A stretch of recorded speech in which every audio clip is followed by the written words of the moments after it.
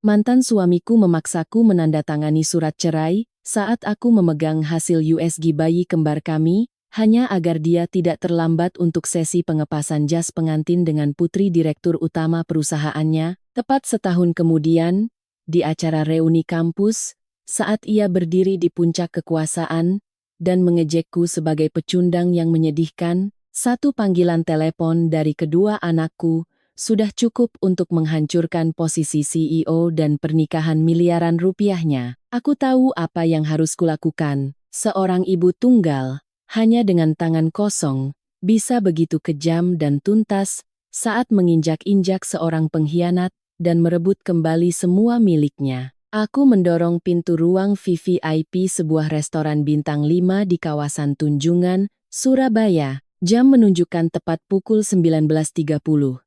Udara di dalam terasa pekat oleh aroma parfum mahal, asap cerutu yang menyengat, dan tawa basa-basi.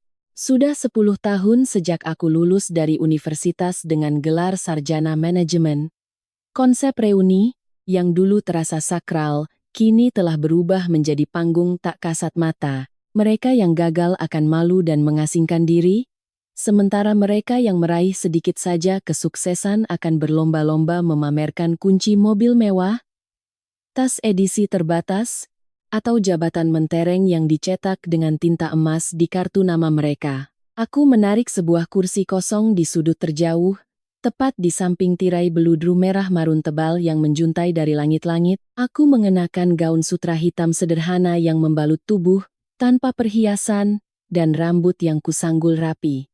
5 tahun yang panjang sebagai seorang ibu tunggal. Membesarkan si kembar seorang diri di Surabaya yang gemerlap namun keras telah menempa kemampuanku untuk menyembunyikan emosi. Aku menyesap air mineral dinginku perlahan, mengamati komedi sosial norak yang sedang berlangsung. Aku tidak akan datang jika ketua angkatan tidak terus-menerus menelepon, membujukku untuk hadir karena ini adalah reuni 1 dekade, dan menegaskan bahwa jajaran pengurus angkatan tidak bisa lengkap tanpaku. Tepat saat ketua angkatan mengangkat gelasnya untuk memulai pidato sambutan, pintu jati berukir di ruang VVIP itu tiba-tiba didorong kasar dari luar tanpa ketukan, penuh arogansi. Seluruh 30 orang di ruangan itu terdiam.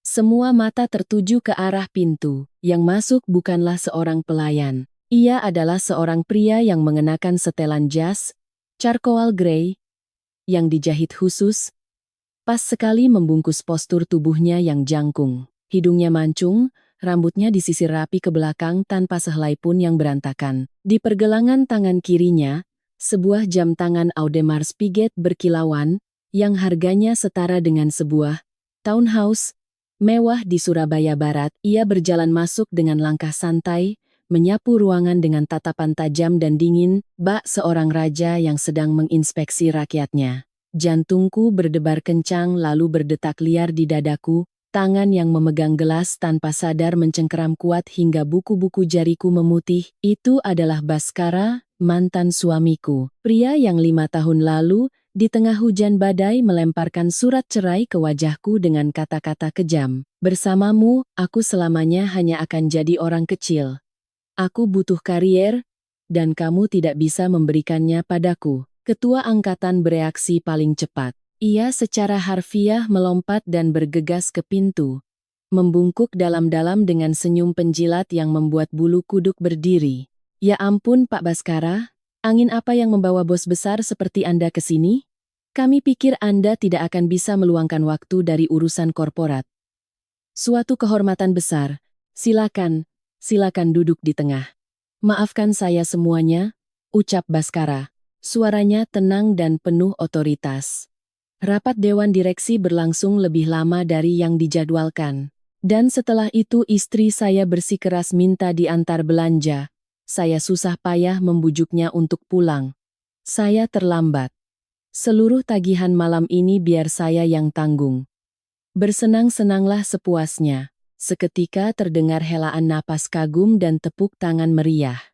Mantan teman-teman sekelas berkerumun di sekitar Baskara bagaikan semut mengerubungi gula. Ada yang menuangkan konyak untuknya, ada yang menarikkan kursi. Mereka berebut bertanya tentang proyek-proyek triliunan rupiahnya, memuji-muji istrinya, pewaris gunung emas yang ia sebutkan dengan kebanggaan yang tak disembunyikan. Baskara duduk di tengah, menyalakan cerutu, menghembuskan kepulan asap putih, dan sesekali mengangguk menanggapi sanjungan dengan senyum tipis di bibirnya. Aku masih duduk di sudut gelapku.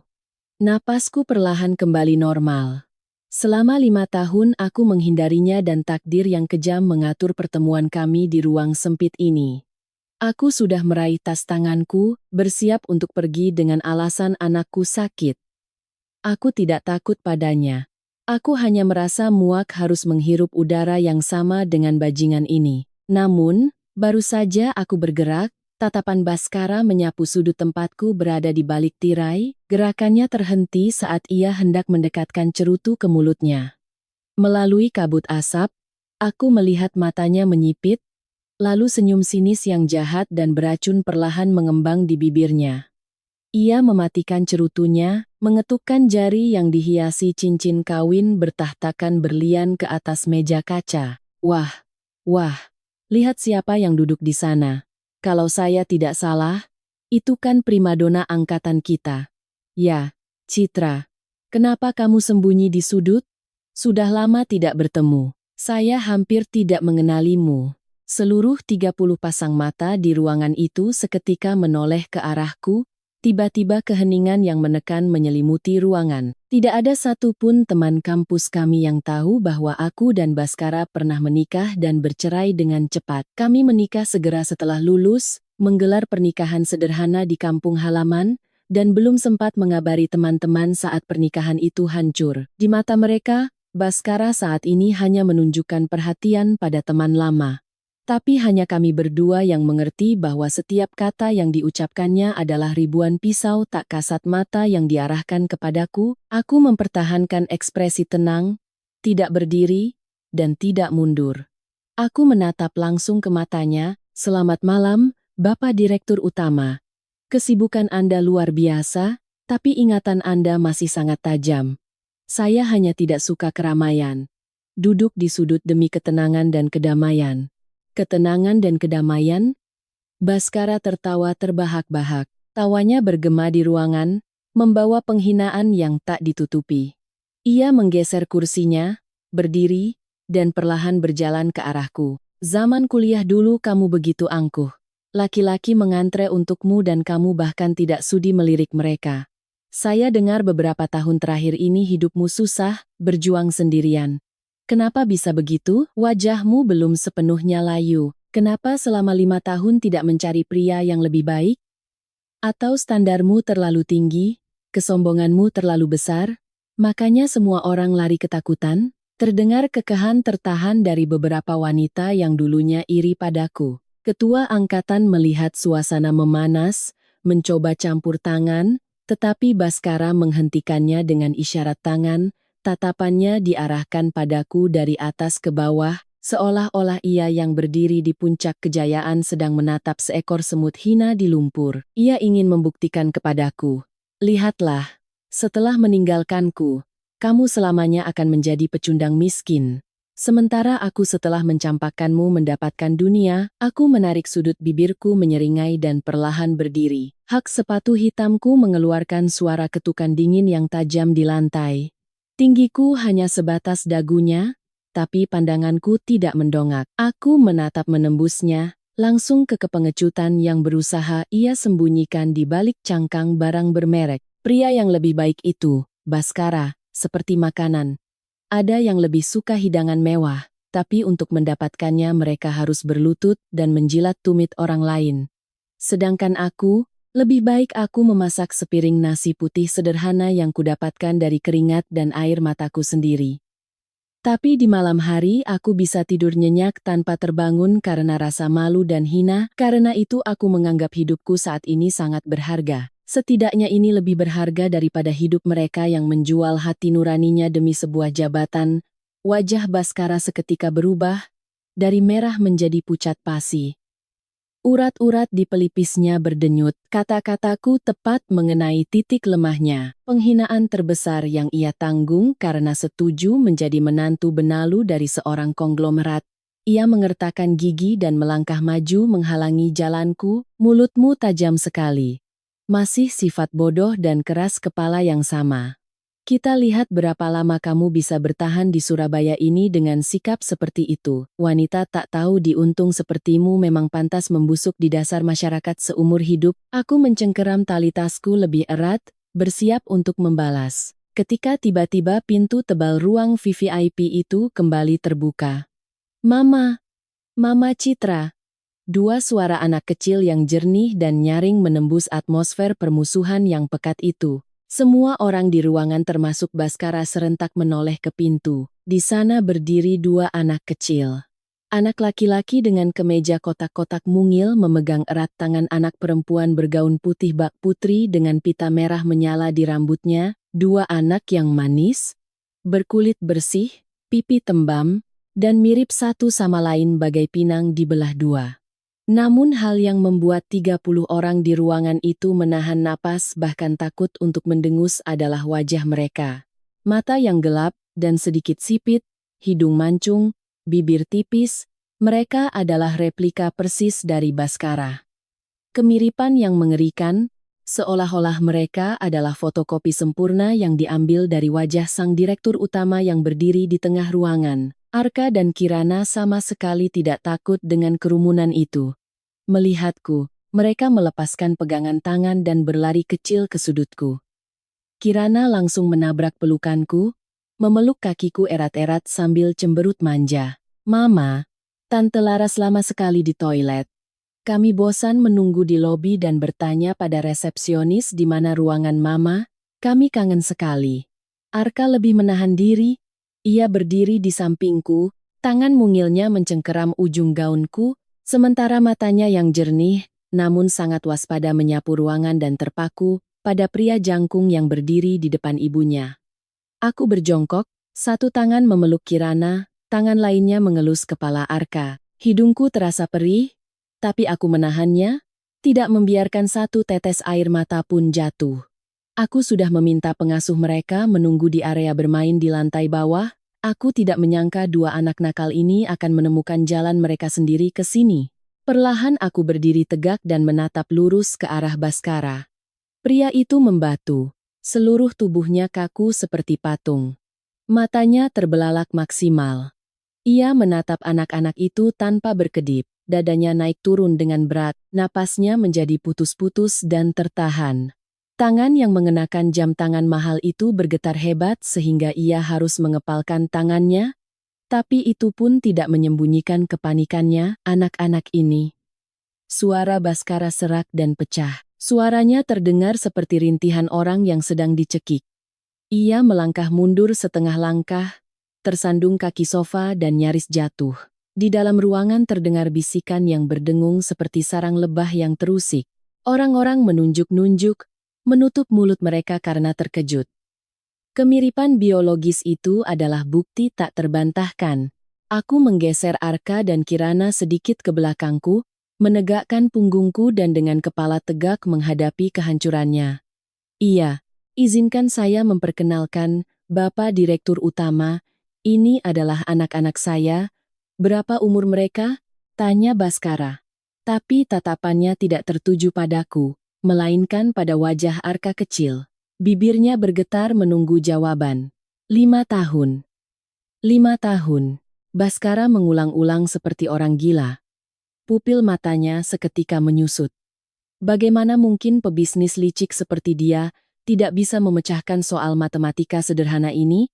5 tahun lalu, di malam ia memaksaku menandatangani surat cerai dan mengusirku dari rumah, ditambah 9 bulan 10 hari masa kehamilan, semuanya cocok hingga kehitungan menit. Baskara tiba-tiba melangkah maju, mengulurkan tangannya seolah ingin menyentuh Kirana.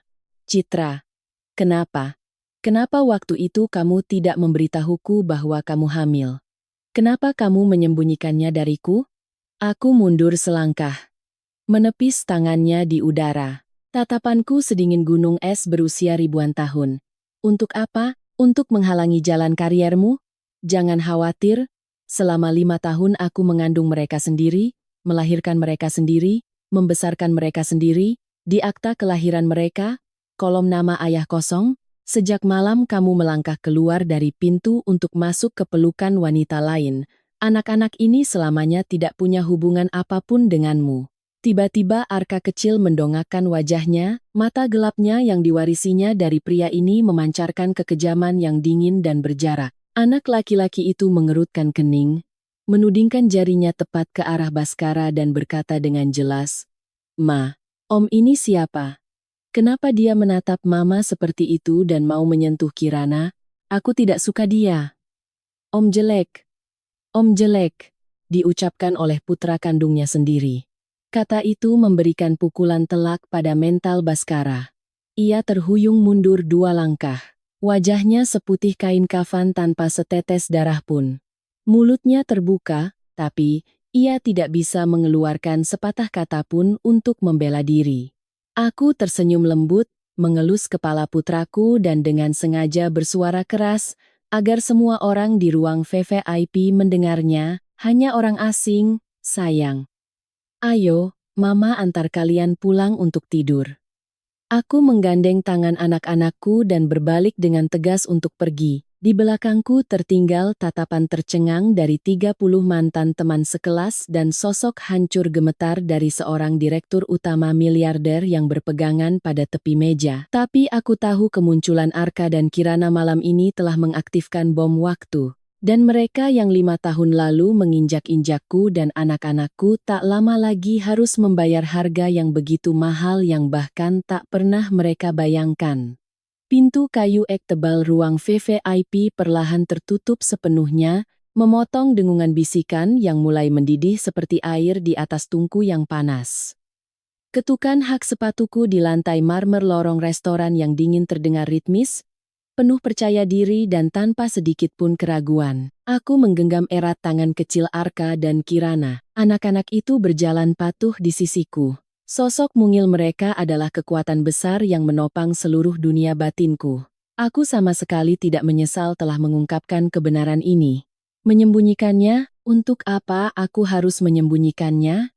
Aku tidak berselingkuh, tidak mencuri, dan pastinya tidak membuang darah dagingku sendiri demi kejayaan kosong, bahwa Baskara melihat mereka, itu hanyalah tamparan tak kasat mata atas kesombongannya yang konyol. Namun, aku tahu pria serakah dan gila hormat seperti Baskara tidak akan melepaskanku begitu saja. Dan seperti yang kuduga, baru saja kami bertiga mencapai lobi lift, terdengar langkah kaki yang tergesa-gesa dan tersandung dari belakang. "Citra, berhenti. Berhenti ku bilang." Teriakan Baskara menghancurkan keheningan restoran mewah itu. Beberapa staf yang berdiri tak jauh dari situ berjengit dan menoleh. Aku berhenti dan perlahan berbalik. Baskara berlari ke arahku seperti binatang yang terpojok. Setelan jas pesanan khususnya yang mahal yang tadinya melekat sempurna kini kusut, dasinya dilonggarkan dengan kasar.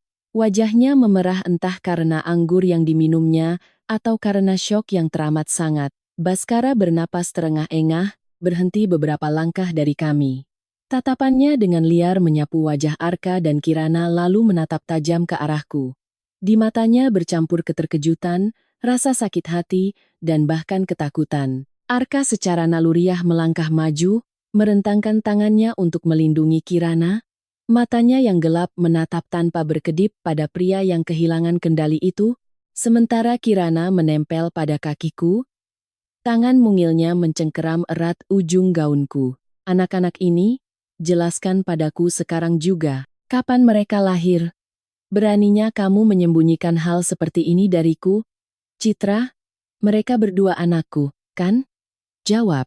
Suara Baskara pecah. Ia mengayunkan tangannya ke udara seolah ingin mencengkeramku, tapi terhenti di tengah jalan saat bertemu dengan tatapan bekuku. Aku merangkul bahu anak-anakku, dengan lembut mengelus rambut Arka untuk menenangkannya, lalu mengangkat kepala dan menatap lurus ke wajah pria yang berubah bentuk karena kehilangan kendali itu. "Bapak Direktur Utama, kita berada di tempat umum. Tolong jaga martabat Anda. Anda menakuti anak-anak." "Persetan dengan martabat," Baskara nyaris mengaum, tapi segera merendahkan suaranya saat menyadari tatapan ingin tahu dari para staf.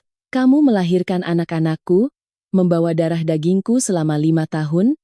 dan tidak mengatakan sepatah kata pun. Dan sekarang kamu bicara padaku tentang martabat? Apa hakmu merampas hak ayahku? Apa kamu sadar kamu telah melakukan sesuatu yang kejam? Aku tertawa. Tawa yang keluar dari kedalaman jiwaku, membawa kepahitan dan penghinaan. Kejam? Pria yang tanpa belas kasihan mengusir istrinya ke jalanan di tengah hujan badai untuk membawa putri konglomerat ke dalam rumah? Sekarang berani berbicara kepadaku tentang kekejaman? Hak sebagai ayah? Aku menyeringai sinis. Setiap kataku setajam silet, mencabik-cabik argumen konyolnya. Atas dasar apa kamu menuntut hak ayah di sini? Dari sudut pandang pria yang memaksa istrinya menandatangani surat cerai agar bisa mengejar jadwal, fitting, baju pengantin dengan putri presdir, atau dari sudut pandang pria yang baru saja mengejekku, mengatakan bahwa aku pecundang miskin yang tidak bisa menemukan pria yang lebih baik. Dengarkan baik-baik, Baskara. Di akta kelahiran anak-anak ini hanya tercantum nama ibunya. Mereka memakai nama belakangku. Aku menggunakan darah dagingku, masa mudaku, nyawaku di atas meja operasi untuk melahirkan mereka. Mereka milikku, hanya milikku. Kamu hanyalah donor setengah DNA yang lari sebagai pengecut. Jangan berdiri di sini dan berbicara tentang hak istimewa yang tidak pernah pantas kamu dapatkan. Kamu gila, racau Baskara, mundur setengah langkah. Kemarahanku dan logika bajaku bagaikan sember air es yang menyapu bersih seluruh lapisan kekuasaan yang dengan susah payah ia bangun. Kamu menyembunyikan mereka karena kamu membenciku. Kamu mau menggunakan mereka untuk balas dendam padaku, kan? Citra, jangan kekanak-kanakan. Lihat dirimu, sendirian dengan gaji pas-pasan. Apa yang bisa kamu berikan pada dua anak untuk menjamin kehidupan yang lebih baik? Kamu menahan mereka bersamamu hanya agar mereka menderita bersamamu. Serahkan mereka padaku. Aku sekarang punya uang, punya status. Aku bisa menyekolahkan mereka di sekolah internasional. Mereka akan tinggal di rumah mewah. Tanpa membiarkan Baskara selesai bicara, aku mengangkat tangan, memotong fantasi konyolnya. Tutup mulutmu. Suaraku dingin dan tegas. Kamu pikir uangmu bisa membeli segalanya? Mungkin bisa membeli hati nuranimu, tapi bukan anak-anakku. Sekolah internasional, rumah mewah. Kamu mau membawa anak-anakku ke rumahmu agar mereka memanggil ibu pada wanita yang telah mencuri suami dari ibu mereka? Kamu mau anak-anak dari darah dagingmu hidup bersembunyi dan merendah di bawah bayang-bayang keluarga istri konglomeratmu, Baskara? Berhentilah membohongi dirimu sendiri. Kamu khawatir tentang anak-anak, atau kamu hanya takut? Takut rahasia ini terbongkar dan kursi CEO yang diberikan mertuamu akan melayang? Takut istrimu sang pewaris itu akan menendangmu keluar dari rumah, jika dia tahu kamu punya dua anak di luar? Wajah Baskara dari merah berubah menjadi seputih kertas. Keringat dingin menetes di dahinya. Setiap kataku menghantam sudut paling gelap dan paling pengecut dari jiwanya. Istrinya, pewaris salah satu perusahaan konstruksi terbesar di Surabaya, yang terkenal dengan skandal, dikenal memiliki sifat diktator dan cemburu buta. Wanita itu menikahinya karena ketampanan dan sikap penurutnya, namun tidak akan pernah menerima pria dengan bawaan dari pernikahan sebelumnya. Baskara sangat menyadari hal ini. Ia ingin mengambil anak-anak bukan karena perasaan kebapakan, melainkan karena insting posesif dan kepanikan menghadapi variabel tak terkendali yang mengancam kekuasaannya saat ini. Kamu berani mengancamku? Aku tidak punya waktu untuk mengancammu. Aku hanya memperingatkanmu. Pintu lift berdenting terbuka. Aku menggenggam tangan Arka dan Kirana, melangkah masuk lalu menekan tombol ke area parkir, basement. Sebelum pintu logam itu tertutup, aku menatap lurus ke mata Baskara yang memerah, dan mengucapkan kalimat terakhir yang menghancurkan semua ilusinya. Aku dan anak-anakku sekarang memiliki kehidupan yang sangat damai. Jika kamu berani selangkah saja mengganggu kami, aku bersumpah kamu akan merasakan rasanya kehilangan semua hal yang sangat kamu puja itu. Ingat, kamu punya banyak hal untuk dipertaruhkan, sedangkan aku tidak. Selamat tinggal, Bapak Direktur. Pintu lift tertutup, meninggalkan Baskara di luar dalam ketidakberdayaan dan kengerian total. Aku melihat sosoknya menghilang dari celah sempit, lalu menghembuskan napas panjang. Baru sekarang rasa lelah menjalar ke seluruh tubuhku. Semua ketegangan dan konfrontasi selama setengah jam terakhir telah menguras seluruh tenagaku. "Mama, Om itu orang jahat ya?"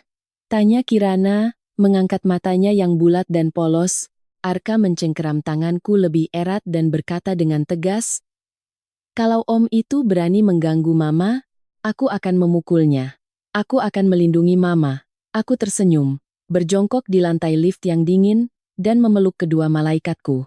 Hidungku terasa perih, tapi aku bertekad untuk tidak menangis. Air mataku sudah mengering 5 tahun lalu. Semuanya baik-baik saja, sayang.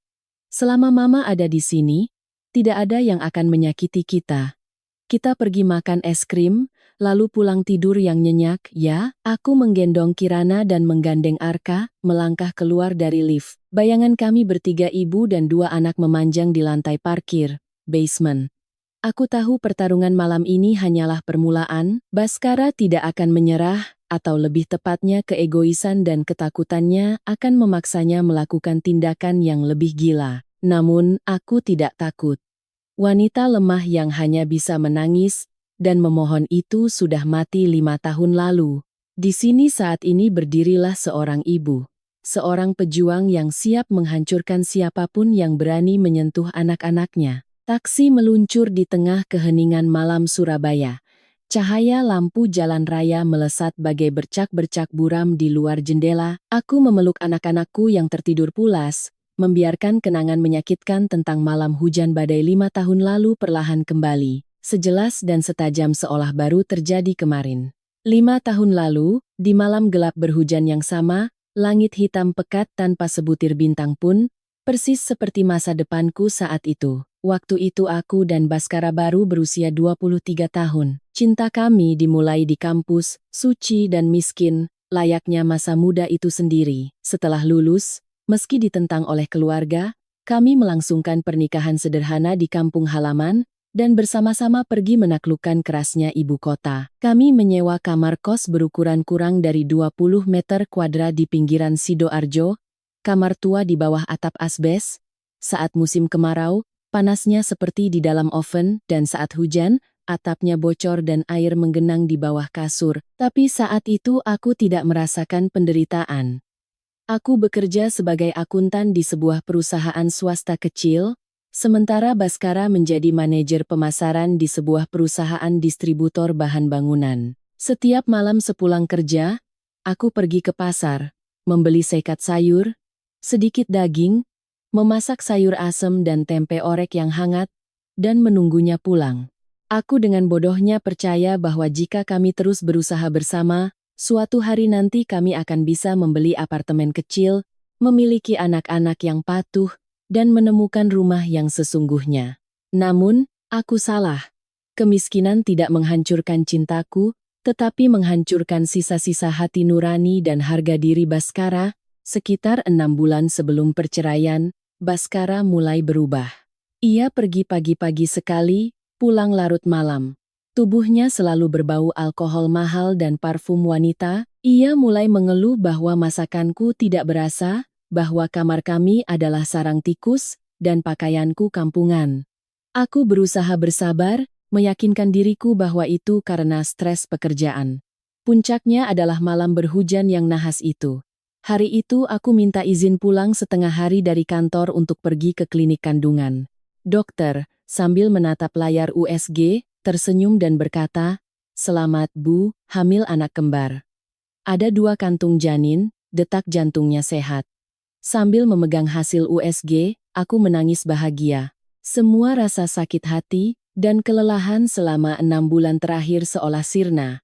Aku bergegas pulang, membeli buket bunga kecil, memasak hidangan kesukaannya, menatanya di meja, dan menunggunya. Aku ingin memberinya kejutan. Aku percaya, kehadiran 2 malaikat kecil ini akan mengembalikannya menjadi suami yang hangat dan penuh kasih seperti dulu. Jam 10 malam, jam 11, tengah malam. Makanan sudah dingin, hujan di luar semakin deras. Guntur menggelegar, Kilat menyambar membelah langit. Kunci bergerak di pintu. Baskara masuk, ia tidak melepas sepatunya yang basah, langsung melangkah ke tengah ruangan. Tidak ada bau alkohol darinya. Hanya ketenangan yang menakutkan dari orang yang sepenuhnya sadar. Baskara menatap makan malam yang sudah dingin di meja lalu menatapku yang menyembunyikan foto USG di balik punggungku. Tidak ada emosi di wajahnya. Ia melemparkan setumpuk dokumen ke atas meja kayu yang reot. Tanda tangani. Aku membeku. Kertas USG di punggungku meremas hancur. Aku mendekat dan mengambil dokumen itu. Beberapa kata yang dicetak tebal terpampang di mataku. Surat pernyataan cerai. Kepalaku pusing, telingaku berdenging. Baskara, apa ini? Kamu bercanda. Kita akan baik-baik saja. Siapa yang bilang kita baik-baik saja? Bentak Baskara, menarik kasar dasinya dan melemparnya ke kursi. Aku muak dengan kehidupan miskin ini. Muak dengan bau minyak goreng murahan di rambutmu. Muak dengan sarang tikus bocor ini. Muak harus menghitung recehan setiap bulan untuk bayar kontrakan. Aku laki-laki, aku punya ambisi. Apa yang bisa kamu bantu selain makan malam dengan sayur rebus ini? Aku membatu. Seluruh tubuhku gemetar. Kata-kata Baskara bagai pisau yang mengiris hatiku. Kamu punya wanita lain? Tanyaku. Suaraku tersangkut di tenggorokan. Baskara tidak menghindar. Ia mengangkat dagunya. Tatapannya penuh dengan kekejaman dan kehausan akan kekuasaan. Ya, dia putri tunggal ketua dewan direksi korporasi tempatku bekerja. Dia mencintaiku. Dia bisa memberiku kursi direktur cabang hanya dalam semalam. Bisa memberiku mobil, rumah mewah. Dia bisa memberikan apa yang bahkan jika kamu menjual nyawamu tidak akan pernah bisa kamu berikan padaku. Minggu depan keluarganya terbang dari Singapura untuk membahas pernikahan. Aku tidak bisa menunggu lagi. Ayo kita akhiri ini. Aku menatap pria di depanku, sosok yang asing, kejam, dan picik. Ia secara terang-terangan menjual 7 tahun hubungan kami demi kekayaan dan posisi. Tanganku yang menyembunyikan hasil USG gemetar. Sedetik yang lalu aku ingin berteriak padanya. Kita akan punya anak. Apa kamu tidak takut kualat melakukan dosa sebesar ini? Namun menatap mata dinginnya, aku tersadar. Jika aku memberitahunya tentang keberadaan anak-anak ini, apa yang akan dia lakukan? Pria yang rela menginjak-injak istrinya demi memanjat ke atas, akankah ia membiarkan 2 anak di luar nikah menjadi penghalang di jalannya? Atau ia akan memaksaku menggugurkannya? Atau yang lebih mengerikan, keluarga kaya raya itu akan merampas anak-anakku dengan uang mereka dan membuangku ke jalanan dengan tangan kosong? Tidak, tidak akan pernah. Anak-anakku, aku sendiri yang akan melindungi mereka. Pria haus gila hormat dan harta sepertinya tidak akan pernah pantas menjadi ayah mereka. Baskara mengeluarkan sebuah kartu ATM dari saku jasnya dan mendorongnya ke arahku. Di kartu ini ada uang 800 juta. Anggap saja ini kompensasi atas masa mudamu. Ini cukup buatmu mencari tempat tinggal baru, hidup nyaman selama beberapa tahun. Ambil, tanda tangan, kemasi barangmu, dan pergi malam ini juga. Jangan mempersulit keadaan. Aku menatap kartu berwarna emas yang berkilau di atas surat cerai itu. 800 juta. 7 tahun masa mudaku, cintaku, pengorbananku kini dinilai begitu murah dengan harga 800 juta. Aku menyeringai sinis. Seringai yang membuat Baskara mengerutkan kening karena tidak mengerti. Aku perlahan mengulurkan tangan, mengambil pena dari atas meja. Tanganku tidak lagi gemetar. Aku menarik napas dalam-dalam, menumpahkan seluruh harga diri dan kemarahanku ke ujung pena, dan membubuhkan tanda tangan besar-besar di kolom istri. Aku mengambil surat itu, mendorongnya ke arahnya, lalu mengambil kartu ATM itu, dan melemparkannya tepat ke wajah Baskara. Kartu plastik itu menampar pipinya dan jatuh ke genangan air hujan di lantai. Ambil uang kotormu dan belilah kehormatan serta jabatan dengan itu.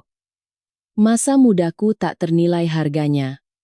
Kamu tidak pantas membayarnya. Mulai detik ini semuanya selesai di antara kita, sampai mati pun kita tidak akan pernah bertemu lagi. Aku berbalik, meraih koper kecil berisi beberapa potong pakaian kerja, mengenakan jas hujan tipis dan melangkah keluar pintu. Hujan mencambuk wajahku, angin yang menusuk tulang menembus tubuhku. Aku berjalan sendirian di kegelapan malam Surabaya. Satu tangan menyeret koper, tangan lainnya mendekap erat perutku yang masih rata. Air mataku bercampur dengan air hujan, asin dan pahit. Malam itu aku bersumpah pada langit Surabaya yang meraung karena badai guntur. Aku bersumpah bahwa aku akan bertahan hidup, melahirkan anak-anak ini, mendidik mereka menjadi manusia yang paling bermartabat, dan jika suatu hari pengkhianat itu muncul lagi, aku akan membuatnya membayar mahal atas kelicikannya. Taksi mengerem mendadak di gerbang kompleks apartemen, membuyarkan lamunanku. Aku menggendong Kirana yang tertidur pulas, dan sambil menuntun Arka keluar dari mobil. Hari ini Surabaya diguyur hujan. Besok akan menjadi hari yang baru. Dan aku tahu, mulai besok badai, yang sesungguhnya akan menghantam ambang pintuku. 3 hari berlalu sejak malam penuh gejolak di restoran itu. 3 hari sejak aku membuang kartu SIM lamaku ke tempat sampah, memblokir semua cara kontak dengan mantan teman kampus. Aku tahu dengan kekuasaan dan koneksi Baskara, menemukan alamatku atau TK anak-anakku hanyalah masalah waktu. Tapi aku tidak bersembunyi, aku pergi bekerja seperti biasa, mengantar dan menjemput anak-anak, bersiap mental menghadapi konfrontasi langsung yang tak terhindarkan. TK Tunas Harapan terletak di dalam gang hijau yang tenang di kawasan Dharma Husada, di bawah rindangnya pohon-pohon angsana. Sore itu langit Surabaya mendung. Angin menggesek dedaunan. Aku tiba dengan motor matic Biatku di gerbang TK pada pukul 16.30. Baru saja berbelok ke dalam gang, aku melihat sebuah Alphard hitam mengkilap yang diparkir hingga memakan hampir separuh jalan. Kehadiran mobil semewah itu di TK swasta biasa sontak menarik perhatian banyak orang tua dan warga sekitar. Di dekat mobil itu berdiri sebuah warung kelontong kecil milik Ibu Yati, wanita paruh baya yang lincah yang sudah berjualan di sana selama 10 tahun dan mengenal wajah setiap orang tua serta anak-anak. Dari sudut pandang Ibu Yati, peristiwa sore itu terbentang bak sinetron dramatis. Ya Gusti, mobil hitam raksasa itu sudah parkir di sana sejak siang. Ibu lagi duduk ngemil kuaci, mata ini enggak lepas ngelihatin terus.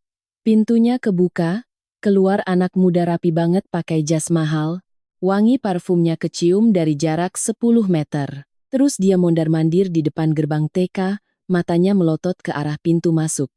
Pas waktunya anak-anak bubaran, mereka pada keluar berbondong-bondong. Si pria itu langsung nempel ke pagar. Matanya nggak lepas mandangin si kembar anaknya Mbak Citra, Arka sama Kirana. Dia dada-dada, ngeluarin 2 kotak mainan gede dari kantong, biru sama merah, terus manggil-manggil, Arka, Kirana sini sama papa. Anak-anak pada ketakutan, mukanya pucat sembunyi di belakang Bu Guru. Bu Laras, gurunya itu, pegang mereka erat-erat. Gerbangnya nggak mau dibuka. Pria itu cemberut, ngerogoh saku, mau nyelipin uang ke satpam biar dibukain pintu. Ibu udah lihat gelagatnya enggak beres. Baru aja mau ibu usir pakai sapu, Mbak Citra datang naik motor matiknya. Matanya Mbak Citra waktu itu, wih, tajam kayak pisau. Ibu yang tua ini aja lihatnya sampai merinding. Semuanya persis seperti yang dilihat Ibu Yati. Saat aku menurunkan standar motor, darahku mendidih. Baskara berdiri mencengkeram jeruji gerbang, mencoba menggunakan mainan mahal untuk memancing anak-anakku yang ketakutan dan bersembunyi di balik punggung gurunya. Melihatku, Bu Laras seolah melepaskan beban berat dari bahunya, buru-buru menggendong Kirana, dan menuntun Arka mundur. Aku mengambil langkah lebar menuju gerbang, melemparkan helm dengan keras ke jok motor. Baskara, sirkus apa yang kamu buat di sini? Baskara berjengit dan menoleh. Di wajahnya sekilas melintas kebingungan, tapi ia dengan cepat mengembalikan ekspresi arogannya. Ia membetulkan kacamatanya, dan menarik rapi jasnya. Citra, kamu datang. Saya hanya datang untuk menjenguk anak-anak. Sudah 3 hari kamu ganti nomor, resign, dari pekerjaan lama. Saya sampai harus menyewa detektif untuk menemukan TK ini. Saya membawakan mereka set mainan Lego edisi terbatas. Semua anak suka ini. Aku melirik 2 kotak mainan raksasa yang dilemparkan di tangga lalu menatap lurus ke wajah pria yang mengangkat dirinya sendiri sebagai ayah ini. Kamu pikir mainanmu ini ada artinya di sini? Buka matamu dan lihat. Kamu membuat anak-anak ketakutan. Bu Laras, tolong bawa anak-anak kembali ke kelas. Tunggu saya sebentar dan tolong jangan biarkan orang asing mendekati mereka. Guru TK itu mengangguk dan buru-buru membawa Arka dan Kirana masuk. Saat sosok mereka menghilang di lorong, aku berbalik menghadap Baskara. Orang tua lain sudah mulai berkerumun dan berbisik-bisik. Ibu Yati dari warung memasang telinga. Aku tidak peduli. Bukan aku yang seharusnya malu di sini. Kamu menyewa detektif untuk membuntuti kami. Seorang direktur utama korporasi besar bertingkah seperti penguntit hina. Bukankah sudah kuperingatkan di restoran? Jangan bicara padaku dengan nada seperti itu. Desis Baskara. Melangkah lebih dekat dan merendahkan suaranya agar orang luar tidak mendengar. Hina, kamu menyembunyikan anak-anakku selama 5 tahun, memaksa mereka sekolah di tempat sempit dan kumuh ini, memakai baju murahan dari pasar malam. Kamu pikir itu perbuatan mulia, Citra? Sadarlah, lihat mobil apa yang aku pakai, pakaian apa yang kukenakan. Aku bisa memindahkan mereka ke sekolah internasional terbaik di Surabaya. Setiap hari mereka akan diantar supir pribadi. Properti atas namaku cukup untuk membuat mereka hidup mewah seumur hidup tanpa harus bekerja. Kamu seorang ibu, bagaimana bisa kamu merampas masa depan cerah anak-anakmu sendiri karena keegoisanmu? Kata-kata Baskara mengalir lancar seolah ia sudah menghafalnya. Di kepalanya, uang adalah segalanya. Ia menggunakan uang untuk membeli jabatannya dan kini berpikir ia juga bisa membeli ikatan batin, membeli hak asuh yang telah dibuangnya ke tempat sampah 5 tahun lalu. Aku melipat tangan di dada dan tertawa. Tawa di tengah sore yang mendung itu terdengar pahit dan sangat sarkastis. Masa depan cerah? Apa yang kamu sebut masa depan cerah? Hidup dalam balutan sutra, tapi memanggil wanita lain dengan sebutan ibu, mewarisi properti, tapi hidup dalam ketakutan terus-menerus karena dibenci oleh keluarga istrimu? Baskara, kamu melupakan satu hal yang sangat sederhana. Aku melangkah maju, memaku pandangan dinginku ke matanya yang mencoba terlihat berkuasa. Saat seorang anak tumbuh besar, mereka butuh ASI, butuh seseorang yang terjaga semalaman mengompres dahi mereka saat demam hingga 40 derajat, butuh seseorang yang memegang tangan mereka saat belajar berjalan. 5 tahun lalu saat aku duduk bersama mereka di rumah sakit tengah malam sementara mereka muntah-muntah, di mana kamu?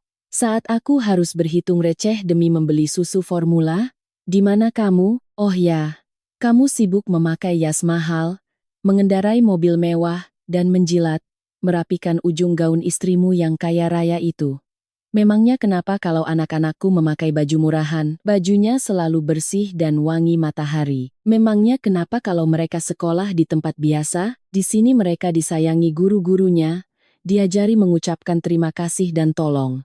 Mereka anak-anak yang sopan dan punya harga diri, sedangkan kamu, tubuhmu dipenuhi barang bermerek, tapi di dalam dirimu bau kepengecutan dan pengkhianatan. Apa yang bisa kamu ajarkan pada anak-anakku? Kamu? Baskara terkesiap karena marah. Wajahnya memerah karena malu. Ia mengangkat tangannya seolah ingin menamparku, tapi terhenti saat melihat tatapan tajam Ibu Yati dan Satpam yang terus mengawasinya. Ia menurunkan tangannya, mengepalkannya. Terserah apa katamu, tapi darah daging tidak bisa diubah. Di tubuh mereka mengalir darahku dan hukum mengakui hak asuhku sebagai ayah. Kalau kamu tidak mau bekerja sama, aku akan menuntut hak asuh ke pengadilan. Dengan kekuatan finansialku, tidak ada satupun pengadilan yang akan memberikan hak asuh 2 anak kepada seorang ibu tunggal dengan gaji pas-pasan. Ini adalah kartu as terakhirnya, menggunakan hukum dan uang untuk mengancam seorang ibu. Mungkin jika posisiku digantikan oleh wanita yang lebih lemah, ia akan jatuh berlutut, menangis dan memohon.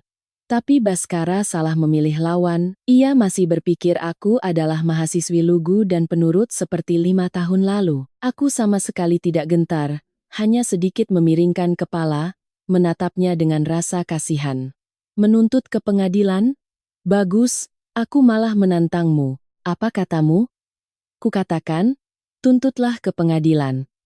Ajukan gugatan, sewa pengacara-pengacara terbaikmu. Aku mendekatkan wajahku, berbisik dingin. Tapi Baskara, sebelum kamu menulis gugatan itu, pikirkan baik-baik, begitu kasus ini masuk persidangan, koran-koran dan akun gosip akan penuh dengan headline tentang direktur utama yang tanpa belas kasihan mencampakkan istrinya yang sedang hamil anak kembar demi menikahi putri mahkota korporasi. Apa yang akan terjadi dengan saham perusahaan mertuamu? Pria yang sangat menjaga nama baik keluarganya itu, apa yang akan dia pikirkan tentang menantunya yang tidak tahu malu? Dan istrimu saat ini, apa dia akan mengizinkanmu membawa 2 anak luar nikah ke rumahnya untuk membagi harta warisannya? Wajah Baskara seketika berubah seputih kertas. Keringat dingin sebesar biji jagung menetes di dahinya. Kata-kataku bagaikan jarum beracun yang menusuk tepat ke titik paling menyakitkan baginya. Baskara takut kehilangan anak-anaknya, tapi 10.000 kali lebih takut kehilangan kursi direktur utama dan kekayaan yang luar biasa itu. Kamu pikir aku bodoh? Kamu mau mengambil anak-anak bukan karena kamu mencintai mereka? Kamu hanya terobsesi dengan kemunculan mereka, takut mereka mengancam sarang keluarga palsumu, kan? Kamu ingin menyembunyikan mereka di tempat yang di bawah kendalimu agar bisa membungkam mulutku. Tapi kamu salah, aku tidak akan menyerahkan anak-anakku dan aku tidak butuh sepeser pun dari harta kotormu. Jika kamu berani mendekati sekolah anak-anakku lagi, aku sendiri yang akan mengirimkan semua dokumen rekam medis kehamilan kembarku, dan surat pernyataan cerai 5 tahun lalu itu langsung ke meja kerja ketua dewan direksi mertuamu. Dan mari kita lihat siapa di antara kita yang akan berakhir tanpa apa-apa dalam permainan ini. Setelah mengatakan itu, aku berbalik dan berjalan masuk ke halaman sekolah, tanpa melihat lagi wajah Baskara yang berubah dari putih menjadi abu-abu. Di pinggir jalan, Baskara berdiri terpaku seperti patung tanah liat yang disiram air, matanya yang gemetar menatap punggungku. Tangannya mengepal hingga berdarah, namun ia tak bisa mengeluarkan satu ancaman pun lagi. Sesaat kemudian dengan amarah yang meledak, ia masuk ke mobil mewahnya, membanting pintu, dan melaju pergi, meninggalkan kepulan asap knalpot dan tatapan jijik dari para saksi mata. Aku menjemput Arka dan Kirana dari gurunya, anak-anak itu memeluk leherku erat-erat. Aku memakaikan helm pada mereka, menyalakan motor, dan membaur ke dalam arus lalu lintas, rush hour, sore Surabaya. Angin menerpa rambutku, dadaku terasa sesak. Namun di saat yang sama, aku merasakan kebebasan yang luar biasa. Pertempuran pertama telah kumenangkan dengan memotong jalur mundur Baskara. Tapi aku tahu badai yang sebenarnya masih akan datang. Malam di apartemen 3 kamar kami seluas 60 meter kuadrat itu berlalu dengan tenang. Apartemen ini tidak terlalu besar, tapi aku menatanya dengan nyaman, dipenuhi cahaya dan tanaman hias. Di sudut ruang tamu berdiri rak buku besar penuh dongeng anak, dan di lantai terhampar karpet empuk tempat anak-anak biasanya bergulingan bermain. Segala sesuatu di rumah ini bernapas dengan kedamaian, atmosfer keamanan mutlak yang dengan gigihku bangun selama 5 tahun untuk melindungi anak-anak dari badai kehidupan. Tapi malam ini, di atmosfer itu seolah muncul sebuah retakan kecil. Setelah makan malam, Arka dan Kirana tidak berlari ke ruang tamu untuk menonton kartun seperti biasanya. Kirana, sambil memeluk boneka beruangnya, mengikutiku ke dapur dan berdiri di ambang pintu, melihatku mencuci piring. Sementara Arka duduk di kursi makannya yang sudah mulai kekecilan, menopang dagu dengan tangan, menatap termenung pada tetesan air di gelas kaca. Anak-anak jauh lebih sensitif dari yang orang dewasa pikirkan, terutama anak kembar yang tumbuh tanpa kasih sayang seorang ayah. Mereka memiliki antena tak kasat mata yang bisa menangkap kecemasan ibunya. Peristiwa di restoran dan konfrontasi sore tadi di gerbang sekolah tidak mungkin berlalu begitu saja bagi anak-anak berusia 5 tahun. Aku mengeringkan tangan, melepas celemek, lalu menghampiri mereka. Aku menggendong Kirana dan duduk di kursi berhadapan dengan Arka. Aku tahu sudah saatnya menjawab pertanyaan yang selalu paling kutakuti, harta karun mama. Ada apa hari ini? Supnya kurang enak atau ada yang ganggu kalian di TK?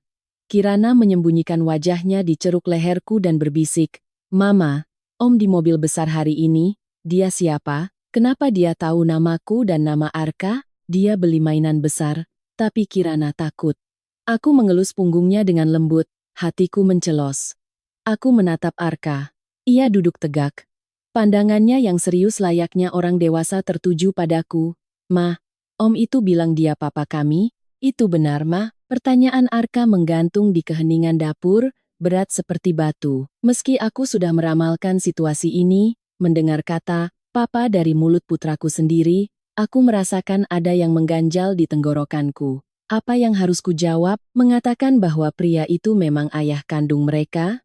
Tapi ia mencampakkan kami demi uang? Mengatakan bahwa ia adalah pengkhianat licik, monster berwujud pria sukses? Jika aku menanamkan kebencian di jiwa mereka yang suci, mereka akan tumbuh dengan hati yang terluka. Mereka akan tidak percaya diri, membawa kompleks anak yang dibuang. Aku tidak ingin anak-anakku menjadi alat balas dendam.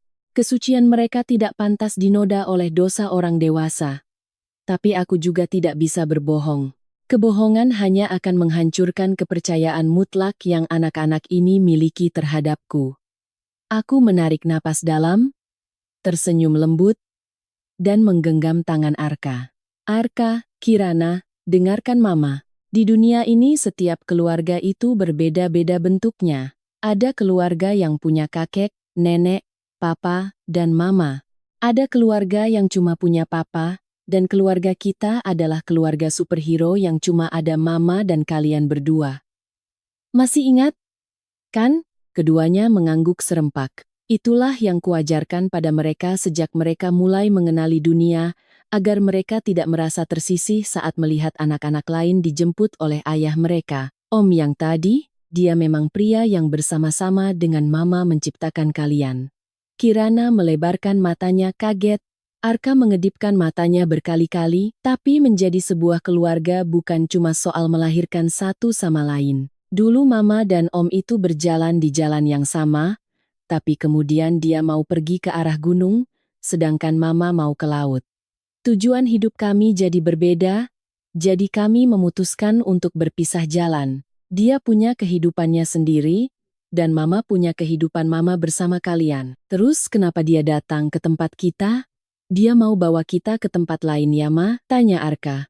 Suaranya terdengar waspada. Tangan mungilnya meremas tanganku lebih kuat. Aku mengelus jemarinya yang tegang. Kecemasan anak ini sekaligus membuatku terharu dan bangga. Ia sedang berusaha melindungi sarang kecil kami, layaknya seorang pria kecil. Dia datang mungkin karena dia penasaran melihat betapa hebatnya pahlawan-pahlawan mama tumbuh besar. Dia membelikan mainan karena ingin berkenalan. Tapi dengarkan mama baik-baik. Siapapun itu, orang yang kenal atau tidak kenal, kalau dia mau membawa kalian tanpa izin mama, itu salah. Kalian berhak menolak, tidak mengambil mainannya, dan tidak ikut dengannya. Kalian hanya perlu ingat satu hal. Di dunia ini tidak ada seorang pun yang bisa memisahkan kita, kecuali kalau mama berhenti bernapas. Sampai saat itu tiba, mama akan melindungi kalian sampai akhir. Enggak mau, mama harus hidup 1000 tahun, seru Kirana dan langsung memeluk leherku erat-erat, menyeka air mata dan ingusnya di bajuku. Arka merosot dari kursinya, mendekat dan memeluk pinggangku. Suaranya begitu mantap hingga membuat air mataku menggenang. Aku enggak butuh mainan om itu, dan aku enggak butuh papa. Aku cuma butuh mama. Kalau aku sudah besar, aku akan belikan mama rumah yang besar, dan aku akan pukul siapa saja yang bikin mama nangis. Air mata yang kutahan sekian lama akhirnya tumpah. Itu bukan air mata kelemahan atau rasa sakit hati, melainkan air mata kebahagiaan yang tak terhingga. Aku memeluk erat dua tubuh kecil yang hangat itu. Wangi sampo bayi yang lembut menyapu bersih semua kelelahan dan kepahitan. Baskara mungkin memiliki rumah-rumah mewah triliunan rupiah, mobil-mobil mewah, dan kekuasaan untuk memerintah di pasar, tapi ia adalah pengemis di kerajaan cinta. Ia tidak akan pernah memiliki kepercayaan mutlak seperti ini, pelukan yang begitu kuat dan tanpa syarat seperti ini. Penjelasanku malam itu tidak memutarbalikkan fakta, tidak pula menaburkan kebencian, aku hanya menarik garis tegas di benak anak-anakku. Baskara adalah pejalan lalu yang punya ikatan darah dengan mereka, tapi ia bukan anggota keluarga. Hak sebagai ayah bukan hanya soal menyumbangkan sperma 5 tahun lalu, melainkan 5 tahun malam-malam tanpa tidur, setiap mangkuk bubur yang dimasak, setiap popok yang diganti. Malam itu, setelah selesai membacakan dongeng dan memastikan anak-anak tertidur pulas, aku keluar ke balkon dan menuangkan segelas air. Pemandangan kota Surabaya di malam hari berkelap-kelip dengan lampu-lampu. Aku tahu dengan mengusir Baskara hari ini, aku telah memotong usahanya untuk mendekati anak-anak. Tetapi orang yang terpojok dan terluka gengsinya tidak akan tinggal diam, apalagi jika ada kekuatan lain di belakangnya. Baru saja aku memikirkan hal itu, ponsel di meja kaca ruang tamu tiba-tiba bergetar dan layarnya menyala. Jam menunjukkan tepat pukul 23.00. Nomor di layar tidak kukenal, tapi nomor cantik itu langsung menandakan bahwa pemiliknya adalah orang kaya. Firasat dingin menusukku. Aku melangkah mendekat, mengambil ponsel, dan menekan tombol jawab. Pertarungan nyata yang bergerak dari balik bayangan telah dimulai. Getaran ponsel di tengah malam selalu membawa tekanan tak kasat mata. Apartemen begitu hening hingga aku bisa mendengar dengungan pelan AC dari kamar anak-anak. Aku menggeser layar dan menempelkan ponsel ke telinga, namun tidak buru-buru bicara. Di ujung sana ada jeda beberapa detik. Hanya terdengar helaan napas ringan dan alunan musik, lounge, sayup-sayup di latar belakang. Jelas si penelepon ingin bermain perang psikologis, memaksaku bicara lebih dulu untuk mengambil kendali, tapi aku sudah terbiasa bersabar. Aku diam dan menunggu. Akhirnya orang di seberang sana mengalah. Terdengar suara wanita jernih, diasah hingga terdengar elegan layaknya sosialita papan atas, namun tak bisa menyembunyikan arogansi dan keangkuhan bawaannya. Ini Citra, benar ya? Boleh saya tahu ini dengan siapa? Terdengar tawa kecil di telepon, penuh dengan cibiran yang tak ditutupi. Singkat saja, saya Renata. Istri sah dan orang yang memegang karier Baskara di tangannya. Kalau kamu tidak bodoh, kamu pasti tahu kenapa saya meneleponmu selarut ini. Aku menyandarkan punggungku di pintu kaca balkon. Sudut bibirku sedikit terangkat. Tentu saja kejadian memalukan seperti ini tidak akan lama dirahasiakan dari wanita yang begitu pencemburu dan mendominasi seperti Renata. Pasti dia menyuruh orang membuntuti Baskara, atau tingkah laku suaminya yang panik dan tak wajar belakangan ini telah membongkar semuanya. Munculnya dua anak yang seperti pinang dibelah dua dengan suaminya adalah tamparan telak bagi harga diri sang ratu ini. Oh, selamat malam, Ibu Renata. Larut malam begini, Anda turun tangan sendiri menelepon mantan istri suami Anda. Sepertinya rumah tangga Anda sedang tidak baik-baik saja. Mau saya rekomendasikan beberapa pengacara cerai yang bagus? Di ujung telepon, napas Renata seketika menjadi berat.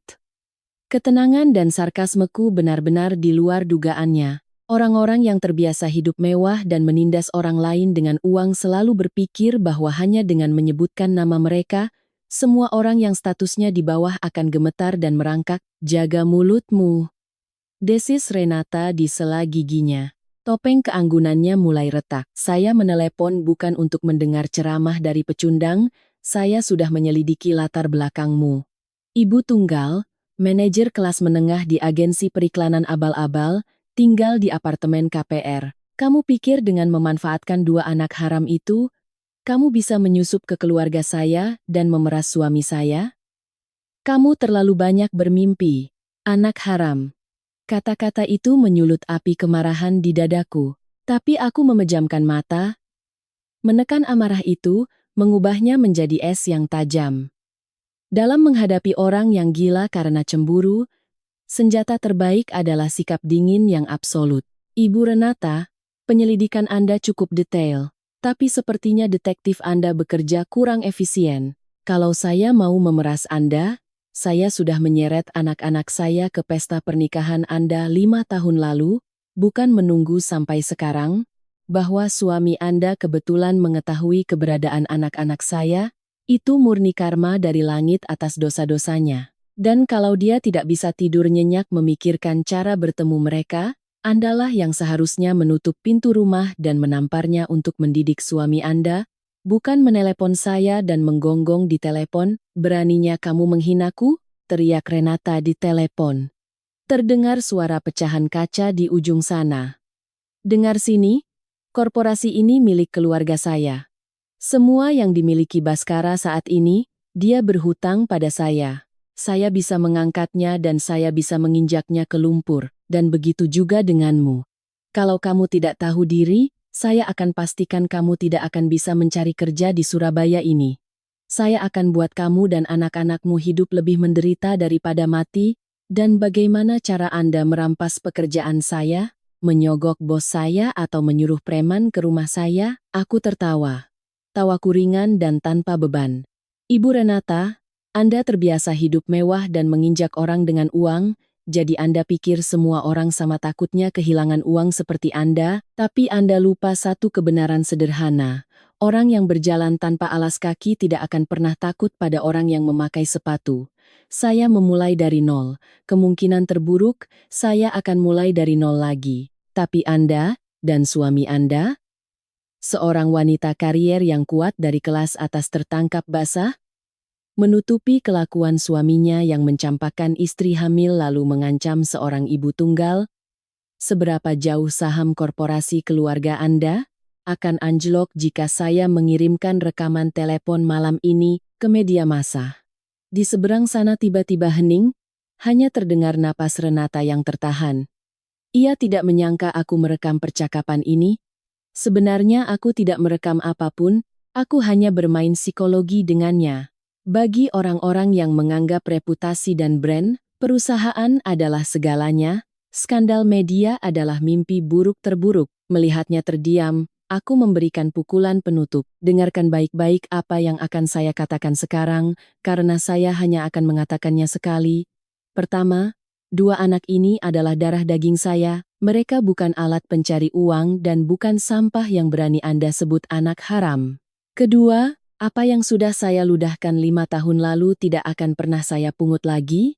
Suami Anda mungkin harta karun bagi Anda, tapi bagi saya dia tidak lebih dari tumpukan sampah. Kalau Anda mau menjaga sampah Anda, ikat dia kuat-kuat di rumah.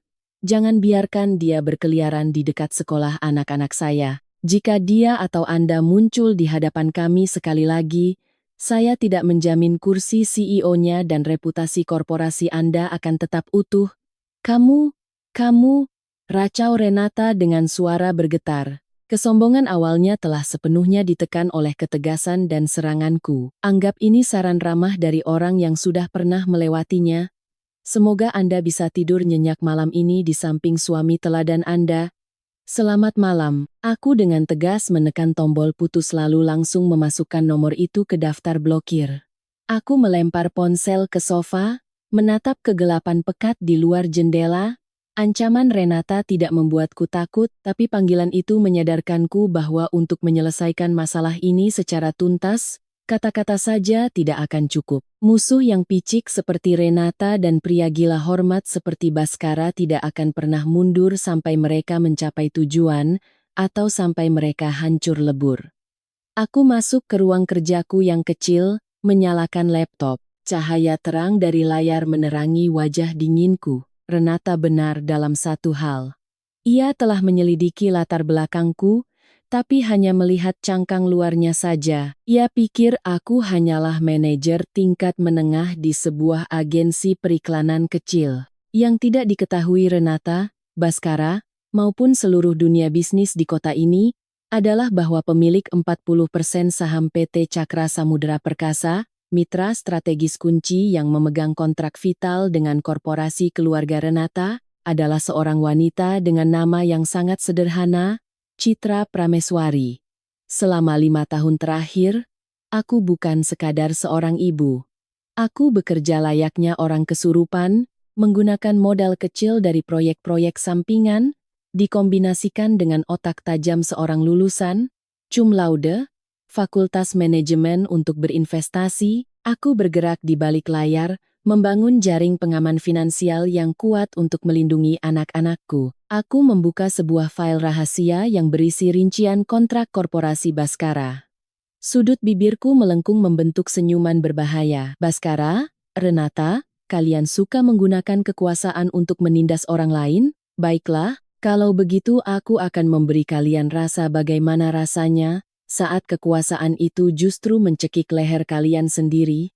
Suara ketikan keyboard memecah keheningan malam. Papan catur untuk menggulingkan mereka telah digelar. Hitung mundur menuju hari-hari paling bergejolak bagi keluarga konglomerat arogan itu dimulai dari menit ini. Senin pagi, udara Surabaya pekat dengan asap knalpot dan hiruk-pikuk orang-orang yang bergegas bekerja. Setelah telepon ancaman dari Renata di tengah malam, aku yakin wanita itu tidak akan tinggal diam. Sang pewaris yang terbiasa memerintah dan menindas orang dengan uang tidak akan bisa menelan penghinaan dari seorang ibu tunggal di telepon. Dan dugaanku benar. Baru saja aku meninggalkan anak-anak di gerbang TK, saling bertukar beberapa kata dengan Bularas untuk berjaga-jaga, aku memutar balik motorku. Saat aku tiba di persimpangan jalan, sebuah Range Rover putih dengan kaca gelap pekat tiba-tiba melesat keluar dan memblokir jalanku. Terdengar decit rem yang melengking. Jika aku tidak menahan stang dengan kuat, aku pasti sudah terjatuh. Pintu mobil terbuka. Baskara turun lebih dulu. Wajahnya tampak lelah dan tegang. Tepat di belakangnya, seorang wanita berusia sekitar 32 tahun. Tubuhnya kurus, tapi dari ujung kepala hingga ujung kaki dibalut barang bermerek. Wajah di bawah riasan tebalnya menyembunyikan kekerasan dan kekejaman di balik kacamata hitam besar. Itu adalah Renata. Aku tidak ketakutan dan bahkan tidak berniat mundur. Aku dengan tenang mematikan mesin, mencabut kunci, melipat tangan di dada, dan menunggu drama apa yang akan dimainkan pasangan ini. Jadi ini yang namanya Citra? Aslinya kelihatan lebih menyedihkan dan melarat daripada di foto yang dikirim detektif saya. Suara Renata nyaring dan sengaja dikeraskan agar pejalan kaki yang berhenti untuk menonton bisa mendengarnya. Ia ingin memanfaatkan opini publik untuk melabeliku sebagai pelakor tak tahu malu yang menggunakan anak-anak untuk memeras. Wanita yang masih punya sedikit harga diri setelah dicampakkan suaminya 5 tahun lalu, harusnya sembunyi di lubang tikus dan enggak usah nongol lagi. Tapi kamu berani bawa anak-anakmu dan memeras suamiku? Kamu nggak punya malu. Baskara yang berdiri di sampingnya menjadi pucat dan menarik pelan siku istrinya. Ren, pelankan suaramu, di sini banyak orang, enggak enak dilihat. Ayo kita ngobrol di kafe itu saja. Citra, kamu bisa mampir sebentar? Kita harus menyelesaikan masalah ini secara tuntas. Menyelesaikan masalah secara tuntas, aku menyeringai, melirik kafe sepi di seberang jalan, lalu menegakkan standar motor dan berjalan maju. Aku tidak peduli menjadi tontonan orang banyak. Di sudut paling ujung kafe, Renata tanpa repot-repot memesan minuman, membanting tas Hermes seharga 450 juta ke atas meja dengan kasar. Ia mengeluarkan sebuah map dokumen dari dalamnya dan melemparkannya ke arahku. Saya orang bisnis, saya enggak suka basa-basi. Ini surat rujukan untuk tes DNA di klinik internasional yang ditunjuk keluarga saya. Saya nggak percaya anak-anak itu darah daging Baskara. Tukang tipu sepertimu, setelah tahu Baskara sekarang jadi direktur utama, pasti memungut 2 anak jalanan entah dari mana, mengoperasi plastik wajah mereka biar mirip suamiku dan sekarang mau memeras kami. Kalau kamu punya nyali, besok bawa mereka ke klinik untuk ambil sampel darah. Aku menatap map di atas meja, lalu menatap Baskara. Pria itu menundukkan kepalanya, tidak berani menatap mataku. Oh, Jadi begitu cara dia menjelaskannya kepada istrinya. Dia tidak berani mengaku bahwa dia dengan kejam membuang istrinya yang sedang hamil anak kembar. Dia sangat pengecut hingga melemparkan semua kesalahan padaku, melabeliku sebagai penipu murahan hanya untuk mempertahankan citra sucinya di mata keluarga istrinya. Aku tertawa. Tawaku yang jernih namun membekukan tulang bergema di kafe yang sepi itu.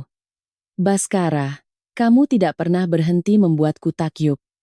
5 tahun lalu aku pikir kamu cuma pria ambisius gila karier, aku enggak menyangka dalam 5 tahun kamu berevolusi jadi pengecut yang sembunyi di balik rok istri dan enggak berani mengakui darah dagingmu sendiri. Operasi plastik anak 5 tahun buat meras, Ibu Renata. Imajinasi Anda luar biasa. Anda kebanyakan nonton sinetron. Diam. Kamu mau tes atau enggak? Tinggal jawab iya atau tidak. Kalau kamu nolak, berarti kamu memang bersalah.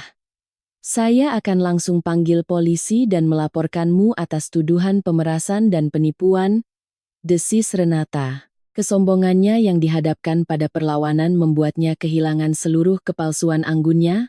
Aku perlahan mengambil surat rujukan tes itu, memutar-mutarnya di tanganku. Aku sangat sadar bahwa apapun yang kukatakan, wanita yang mudah curiga dan haus kekuasaan seperti Renata, tidak akan pernah percaya sampai ia melihat kertas bercap merah, dan sejujurnya, aku juga menginginkan kertas itu, bukan untuk memeras, melainkan sebagai senjata pamungkas untuk menghentikan semua intrik licik pasangan ini. Aku mengangkat kepala, melemparkan kembali kertas itu ke meja dan menatap lurus ke mata Renata. Baik, saya setuju, tes DNA. Kamu benar-benar setuju? Baskara tiba-tiba mengangkat kepalanya. Ada kilatan aneh di matanya, entah itu rasa lega atau ketakutan. Renata melipat tangannya dengan angkuh. Ia pikir ia telah memojokkanku sehingga aku terpaksa setuju dan ia yakin 100% hasilnya akan membongkar kedok. Ya, saya setuju. Tapi saya punya satu syarat. Syarat? Berapa yang kamu mau untuk permainan tipu-tipumu ini? 1 miliar? 2? Keluarga saya punya banyak uang, tapi ngasih sepeser pun ke wanita sepertimu, sama aja ngotorin tanganku. Aku mengangkat satu jari telunjuk dan menggoyangkannya di depan wajah Renata. Suaraku tajam bagai silet. Saya tidak butuh 1 rupiah pun dari uang kotor Anda. Syarat saya sangat sederhana. Setelah hasil tes DNA membuktikan 99,9% bahwa 2 anak itu adalah anak kandung Baskara, kalian berdua harus menandatangani perjanjian yang disahkan secara hukum di kantor notaris yang saya tunjuk. Di dalamnya harus tertulis dengan jelas bahwa Baskara secara sukarela melepaskan seluruh hak asuhnya sebagai ayah, kehilangan hak untuk menggugat hak asuh selamanya, dan tidak berhak mendekati, mengunjungi, atau dengan cara apapun mengganggu kehidupan saya dan anak-anak saya. Jika melanggar, ia harus membayar ganti rugi imaterial sebesar seluruh paket saham yang ia miliki di korporasi Anda. Apakah Anda berani bertaruh sejauh ini? Sang wanita karier yang hebat, udara di dalam kafe seolah membeku. Renata mendelik menatapku. Ia sama sekali tidak menduga langkah ini. Biasanya wanita yang memiliki anak dari pria kaya akan mencari berbagai cara untuk memaksa mereka mengakui status anak tersebut dan meminta pembagian harta. Namun aku menggunakan tes itu sendiri untuk memutus hak asuh Baskara selamanya dan sekaligus mengancam kekayaannya. Citra, jangan kelewatan. Bagaimanapun mereka darah dagingku, bagaimana mungkin aku menandatangani surat membuang anakku sendiri? Seru Baskara sambil menggebrak meja.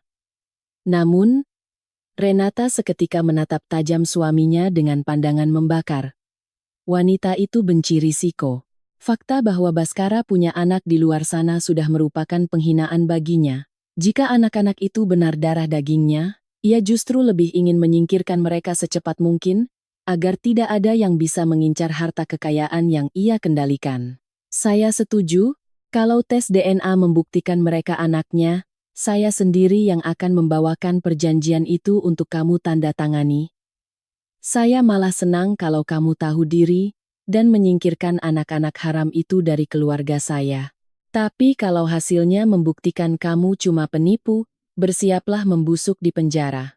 Besok jam 9 pagi di Rumah Sakit Internasional Emerald, suami saya akan menunggumu. Setelah mengatakan itu, Renata mengambil tasnya, berdiri, dan mengisyaratkan dengan anggukan agar Baskara mengikutinya. Baskara menatapku dengan ragu selama sedetik. Pandangannya penuh dengan pertentangan, namun pada akhirnya ia patuh mengikuti istri dominannya layaknya anjing penurut. Melihat Range Rover itu melaju pergi, aku perlahan mengangkat gelas es kopi hitam tanpa gula dan menyesapnya. Pahit, tapi aftertaste-nya anehnya terasa manis. Taruhan telah ditetapkan. Renata berpikir dia memegang kendali, tapi dia tidak tahu bahwa tes DNA besoklah yang akan menjadi detonator yang akan meledakkan seluruh kerajaan yang sangat dibanggakannya. Karena di dunia bisnis bayangan, aku bukanlah seorang ibu tunggal yang miskin. Aku adalah orang yang mencekik leher nasib mereka. Malam sebelum tes DNA, aku duduk di ruang kerjaku dengan pintu terkunci. Lampu meja memancarkan cahaya kuning yang hangat. Aku mengambil ponsel dan memutar nomor Reza Firmansyah, teman dekatku di universitas yang kini menjadi mitra bisnis dan direktur utama PT Cakra Samudra Perkasa. Halo, Reza. Bagaimana perkembangan proyek pasokan untuk PT Mahakarya Nusantara? Di ujung telepon terdengar suara tenang dan profesional Reza. Selamat malam, Ibu Komisaris bayangan kita. Pengiriman marmer tahap pertama sudah tiba di pelabuhan. Mahakarya Nusantara terus mendesak pengiriman. Besok mereka akan mengirim perwakilan untuk menandatangani berita acara serah terima dan mentransfer sisa 50% pembayaran tahap pertama. Kenapa tiba-tiba kamu tertarik dengan proyek ini? Biasanya kamu tidak pernah ikut campur soal operasional. Aku memutar-mutar pena di tanganku. Tatapanku tertuju pada ruang gelap di luar jendela. Reza, jangan dikirim. Tahan pengiriman partai barang ini di pelabuhan untuk sementara waktu. Tahan? Citra. Kamu bercanda atau serius? Kontrak sudah ditandatangani. Kalau kita menunda pengiriman, Mahakarya Nusantara akan menuntut kita atas wan prestasi. Dendanya tidak kecil. Apa yang kamu rencanakan? Reza sangat terkejut. Ia tahu aku adalah orang yang memegang prinsip dan tidak pernah bermain-main dengan bisnis. Aku menarik napas dalam. Suaraku menjadi dingin dan penuh tekad. Aku tidak bercanda. Aktifkan klausul tambahan di halaman ke-15 kontrak. Klausul force majeure, akibat fluktuasi pasar dan risiko pasokan internal. Kita berhak menahan pengiriman hingga 15 hari untuk penilaian ulang harga tanpa denda. Dalam 15 hari ini, aku mau kamu menyebarkan rumor di pasar bahwa Cakra Samudera sedang mempertimbangkan untuk menjual pasokan ini ke pesaing langsung, Mahakarya Nusantara dengan harga 20% lebih tinggi. Citra, tunggu dulu. Kamu mau menyudutkan Mahakarya Nusantara? Mega proyek mereka sedang di tahap krusial. 1 hari berhenti, kerugiannya miliaran. Mereka bisa gila. Terutama Baskara, direktur utama mereka. Kudengar mertuanya sudah menekannya habis-habisan. Kalau ada masalah dengan pasokan ini, tamatlah kariernya. Sudut bibirku melengkung membentuk senyuman kejam. Justru itu yang kuinginkan, Reza. Aku ingin menyudutkan Baskara tanpa jalan keluar. Aku ingin dia merasakan bagaimana semua hal yang dia puja hancur di depan matanya sendiri. Lakukan seperti yang aku perintahkan. Semua kerugian finansial yang mungkin terjadi akan kutanggung dari dividen pribadiku. Siapkan dokumennya, tunggu sinyalku, dan kirimkan surat resmi ke Mahakarya Nusantara via kurir ekspres. Baik, aku tidak tahu masalah apa yang kamu miliki dengan Baskara ini, tapi berurusan dengan ibu berdarah dingin dari 2 anak sepertimu, dia sama saja menandatangani surat kematiannya sendiri. Aku akan siapkan semuanya. Aku menutup telepon dan meletakkan ponsel di atas meja. Ruangan begitu sepi hingga aku bisa mendengar detak jantungku sendiri. Aku tidak pernah menjadi pendendam, seandainya Baskara duduk tenang di kursi direktur utamanya dan tidak mengganggu kehidupan kami, mungkin aku akan membiarkan masa lalu terkubur. Tapi dia serakah, ingin mempertahankan kekayaan keluarga istrinya, sekaligus merampas anak-anakku untuk memuaskan egonya. Dan yang lebih parah, istrinya Renata menghina kami dengan sangat kejam. Aku membuka laci meja yang terkunci, mengeluarkan selembar kertas yang sudah menguning. Itu adalah surat cerai tersebut. Tanda tanganku yang ditekan kuat-kuat masih terlihat jelas beserta noda-noda air hujan dari malam itu. Baskara, kamu menilai masa mudaku dan penghinaanku seharga 800 juta. Besok, melalui tes DNA dan kontrak Cakra Samudera, aku akan menunjukkan padamu berapa harga dari sebuah pengkhianatan dan pembuangan darah dagingmu sendiri. Harganya puluhan ribu kali lipat dari 800 jutamu. Aku melipat kertas itu, menyimpannya di dalam tas, bersiap untuk pertemuan penentuan nasib besok pagi di klinik, pertarungan hidup dan mati yang sebenarnya baru saja dimulai. Ruang tunggu VVIP Departemen Genetika di Rumah Sakit Internasional Emerald itu dibanjiri cahaya putih yang dingin, atmosfer di ruangan itu menegang hingga ke batas maksimal, bagaikan senar gitar yang siap putus hanya dengan sentuhan paling ringan. Aku duduk di sofa kulit hitam, dengan tenang memeriksa email kerja di ponselku. Di seberangku, Renata terus-menerus mengetukkan hak sepatunya ke lantai, mengeluarkan suara tidak sabar. Ia mengatupkan bibirnya rapat-rapat, tangannya meremas sapu tangan sutranya. Baskara berdiri bersandar di dinding, tidak berani memandangku. Tatapannya terpaku pada pintu laboratorium. Keringat mengucur di dahinya meski suhu AC disetel pada 20 derajat. 3 hari lalu, aku membawa Arka dan Kirana ke sini untuk mengambil sampel rambut dan air liur. Baskara juga telah memberikan sampel darah di bawah pengawasan ketat Renata sendiri. Wanita itu takut aku akan menukar sampel dan membayar mahal agar pihak rumah sakit mempercepat prosesnya dan menjamin tingkat kerahasiaan tertinggi. Dan kini, momen pembuktian pun tiba, terdengar bunyi gagang pintu, dan kepala departemen laboratorium keluar sambil memegang amplop putih tersegel di tangannya. Renata langsung menerjang ke arahnya, bagaikan ngengat melihat api. Ia membuang jauh-jauh tata krama aristokratnya, dan secara kasar merampas amplop itu dari tangan dokter. Baskara juga melangkah maju, napasnya tersengal-sengal. "Sini," desis Renata. Jari-jarinya yang gemetar merobek segel amplop. Ia mengeluarkan hasil laporan dengan cap merah rumah sakit, matanya yang liar dengan cepat memindai kesimpulan di bagian bawah. Aku tetap duduk, menyesap teh hangat yang baru saja dibawakan perawat. Aku tidak perlu melihat kertas itu, cukup melihat bagaimana wajah Renata berubah. Aku tahu pertunjukannya sudah berakhir. Dalam sekejap, wajah penuh bedaknya berubah menjadi seputih mayat. Matanya melebar. Ia menatap angka yang dicetak tebal. Bibirnya bergetar. Ia tak sanggup mengeluarkan suara yang terartikulasi. "Ren, bagaimana hasilnya?" Baskara mendekat, suaranya gemetar. Ia mengulurkan tangannya menuju kertas itu. Itu benar. Plak. Tamparan yang memekakan telinga bergema di seluruh ruangan. Renata memukul wajah Baskara dengan sekuat tenaga hingga kacamatanya terlempar dan pecah. 5 bekas jari merah tercetak jelas di pipi sang direktur utama yang terhormat. "Pembohong. Bajingan, kau berani membohongiku. Kau bilang pada keluargaku, pernikahanmu cuma seumur jagung, tanpa anak, tanpa tanggungan. Lalu apa artinya angka 99,99% ini? Kau meninggalkan 2 anak di luar agar sekarang ibunya bisa datang memeras keluargaku dan mempermalukanku? Dasar penggekut!" Renata menjerit seperti orang gila, melemparkan hasil tes DNA itu tepat ke wajah Baskara. Kertas-kertas putih berhamburan ke lantai. Baskara memegangi pipinya, berdiri mematung, benar-benar hancur oleh penghinaan di depan mantan istrinya. Ia tidak berani membantah. Di matanya kulihat campuran perasaan yang aneh. Ia ketakutan setengah mati menghadapi kemurkaan istri yang memegang nasib keuangannya. Namun di saat yang sama ada secercah kebanggaan rahasia yang cacat, menyadari bahwa ia benar-benar ayah dari 2 anak yang sehat dan rupawan. Aku perlahan berdiri, merapikan pakaian dan berjalan memungut kertas hasil asli dari lantai. Angka 99,99%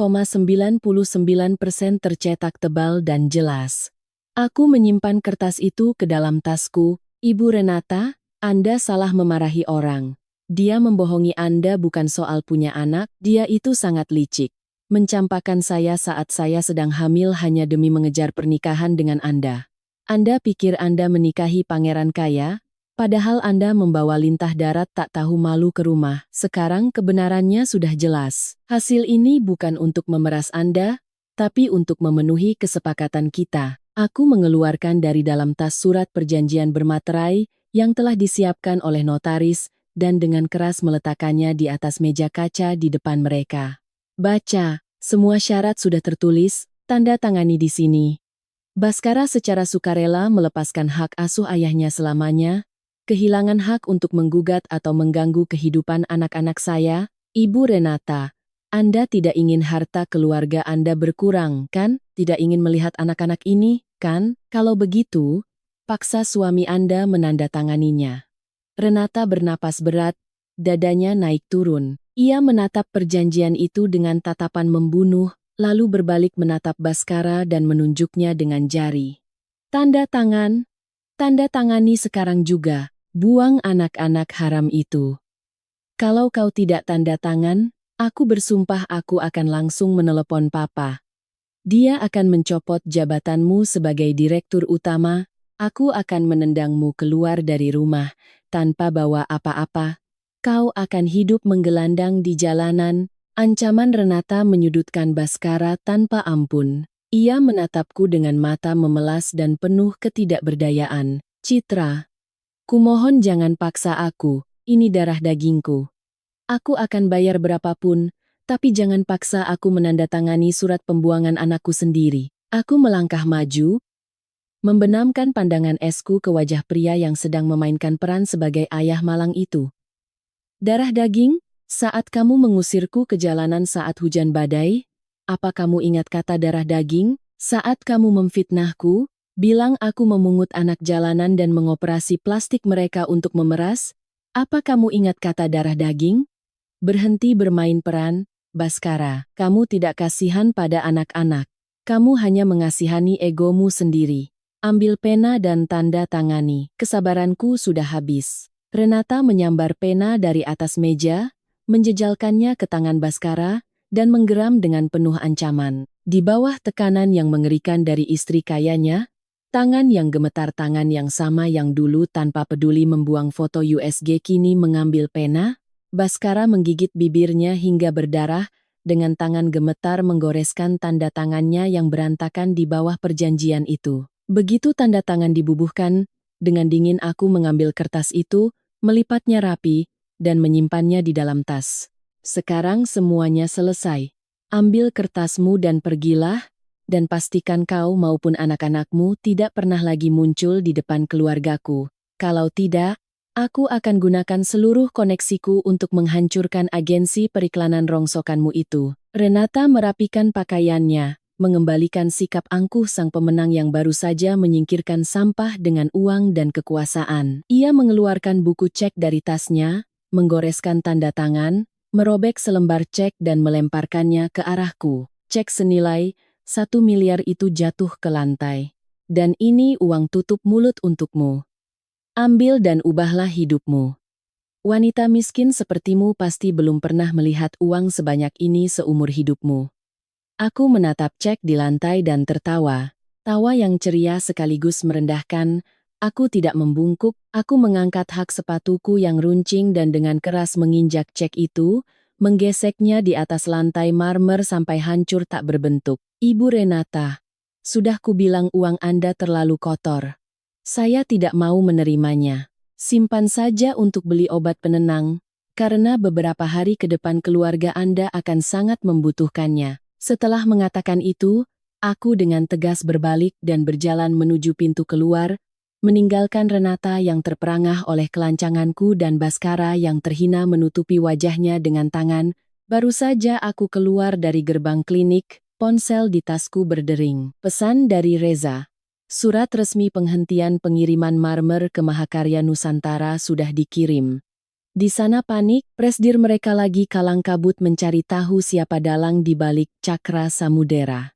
Aku menengadah menatap langit biru Surabaya, menyelipkan sehelai rambut yang jatuh. Permainan selesai. Kertas yang melindungi anak-anakku kini ada di tanganku. Sekarang saatnya membuka kartu as yang sebenarnya. Balas dendam paling manis baru saja dimulai. Meninggalkan klinik dengan surat perjanjian yang dibubuhi tanda tangan gemetar Baskara, aku merasa batu yang menekan dadaku selama 5 tahun akhirnya runtuh. Mulai detik ini, Arka dan Kirana selamanya hanya milikku. Namun, aku sangat memahami tabiat Baskara dan keangkuhan picik Renata. Mereka akan mencoba melakukan serangan balik, dan aku telah menyiapkan perisai yang ditempa dari kekuatan finansial untuk menangkisnya. Dan benar saja, hanya berselang 2 hari setelah peristiwa di klinik, badai menghantam agensi periklanan tempatku bekerja sebagai penyamaran. Rabu pagi, baru saja aku tiba di kantor, Bu Ningsih, manajer HRD sekaligus teman dekatku, berlari masuk ke ruanganku. Wajahnya pucat pasi. Citra, apa kamu menyinggung orang dari kalangan atas? Pagi ini perwakilan dari PT Mahakarya Nusantara menelepon langsung ke direktur kita. Mereka menyatakan menarik seluruh budget, sponsorship, sebesar 7 miliar untuk rangkaian event akhir tahun yang sedang kita persiapkan. Bukan cuma itu, mereka ngumban parikode ke mitra besar lain di industri untuk memboikot perusahaan kita. Kecuali kalau... Bu Ningsih terbata-bata menatapku dengan penuh rasa kasihan. Kecuali kalau perusahaan memecat, benar kan? Lanjutku dengan tenang. Bu Ningsih mengangguk, menghela napas berat. Pak Direktur marah besar, dia menyuruhku memanggilmu ke ruangan sekarang juga untuk memproses PHK. Tidak usah. Aku tersenyum untuk menenangkan Bu Ningsih lalu berdiri, mengemasi dokumen dari mejaku, ini masalah pribadi. Mereka ingin pakai kekuasaan untuk memutus periuk nasiku dan anak-anakku, memaksa aku berlutut dan memohon ampun. Tapi mereka salah. Proses saja suratnya, saya tidak mau membuat masalah buat perusahaan. Lagi pula saya memang sudah berencana, resign. Keluar dari kantor membawa kardus berisi barang-barang pribadiku, aku tidak merasa sedih maupun kecewa. Sebaliknya, aku merasa lucu. Renata benar-benar wanita yang picik. Dia pikir dengan mencabut penghasilanku dari pekerjaan kantoran, dia akan menyudutkanku. Dia tidak tahu bahwa pekerjaan ini hanyalah cara bagiku agar tidak bosan dan menyembunyikan identitas asliku. Baru saja aku memesan taksi online, ponselku berdering. Nomor tak dikenal. Aku menjawabnya. Gimana Citra? Sudah terima surat pemecatannya? Di ujung telepon terdengar suara Renata yang melengking penuh kemenangan. Sudah kubilang, melawan keluargaku di Surabaya ini sama saja dengan menggali kuburanmu sendiri. Ibu tunggal pengangguran. Sebentar lagi tagihan apartemen dan uang sekolah anak-anakmu akan meremukanmu, mau kulempar beberapa receh buat mak. Aku bersandar santai di jok taksi. Suaraku dingin dan datar. Ibu Renata, ternyata Anda punya banyak waktu luang. Suami Anda sekarang pasti sedang dikuliti oleh Dewan Direksi gara-gara penghentian pasokan mega proyek, tapi Anda masih sempat mengkhawatirkan pekerjaan saya. Anda lebih baik khawatirkan kursi Baskara daripada saya. Kamu, Renata tersendat sesaat. Jelas surat dari Cakra Samudera telah memberikan pukulan mematikan, tapi kesombongannya tidak membiarkannya mengalah. Urusan korporasi saya bukan urusan kecoak sepertimu, masalah sepele itu bisa diselesaikan papaku hanya dengan jentikan jari. Tapi kamu, saya ingin kamu merasakan penderitaan. Saya ingin kamu berlutut memohon padaku, kalau kamu punya otak, serahkan hak asuh anak-anak haram itu pada Baskara, dan minggatlah dari kota ini. Keluargaku akan memelihara mereka layaknya 2 anjing peliharaan, itu masih lebih baik daripada mereka mati kelaparan sama ibu tak berguna sepertimu. Oh, jadi ini tujuan akhir mereka. Menandatangani penyerahan hak asuh di klinik hanya untuk menipu mata, lalu di belakang menggunakan uang dan kekuasaan untuk memaksaku menyerahkan anak-anak itu. Rencana yang licik dan keji. Aku mencengkeram ponselku lebih kuat. Tatapanku menjadi tajam bak pedang di kegelapan. Ibu Renata, Anda terlalu percaya diri. Bapak Anda mungkin bisa mematahkan ke-10 jarinya, tapi dia tidak akan bisa menyelesaikan masalah Mahakarya Nusantara kali ini. Berpegangan eratlah pada kursi suami Anda, karena besok Anda sendirilah yang harus berlutut meminta maaf pada kecoak ini. Aku memutus panggilan tanpa memberinya kesempatan bicara. Taksi berhenti di depan salah satu gedung perkantoran kelas A termewah di pusat distrik bisnis Surabaya. Disinilah letak kantor pusat PT Cakra Samudera Perkasa, perusahaan yang kudirikan dan di mana aku memegang seluruh kendali. Aku keluar dari mobil, menaikkan kacamata hitamku, dan membuang kardus berisi barang-barang lama ke tempat sampah. Topeng pegawai kantoran telah dilepas. Mulai menit ini, aku adalah Citra Prameswari, Ketua Dewan Komisaris Bayangan PT Cakra Samudera Perkasa, sosok yang mencengkeram leher PT Mahakarya Nusantara. Lobi lantai 30 Cakra Samudera berkilau dengan cahaya lampu kristal. Reza sudah menunggu di depan pintu ruanganku. Selamat siang, Ibu Komisaris. Perwakilan dari Mahakarya Nusantara sudah menunggu di ruang meeting. Selama 2 jam, mereka seperti cacing kepanasan. Direktur utama mereka, si Baskara ini, menerorku lewat telepon sejak pagi, menuntut bertemu langsung dengan manajemen puncak. Aku duduk di kursi kulitku, perlahan memutar kursi untuk melihat panorama Surabaya melalui dinding kaca. Biarkan mereka menunggu 1 jam lagi. Reza. Biar kesombongan mereka benar-benar terkuras. Setelah itu, bawa Baskara masuk ke sini sendirian. Tepat 1 jam kemudian, pintu ruangan terbuka, dan masuklah Baskara. Ia terlihat sangat menyedihkan. Jasnya kusut, dasinya kendor, ada lingkaran hitam di bawah matanya, dan wajahnya pucat tanpa darah. Tekanan dari mertuanya yang otoriter dan ancaman kebangkrutan telah menghisap seluruh rasa percaya dirinya.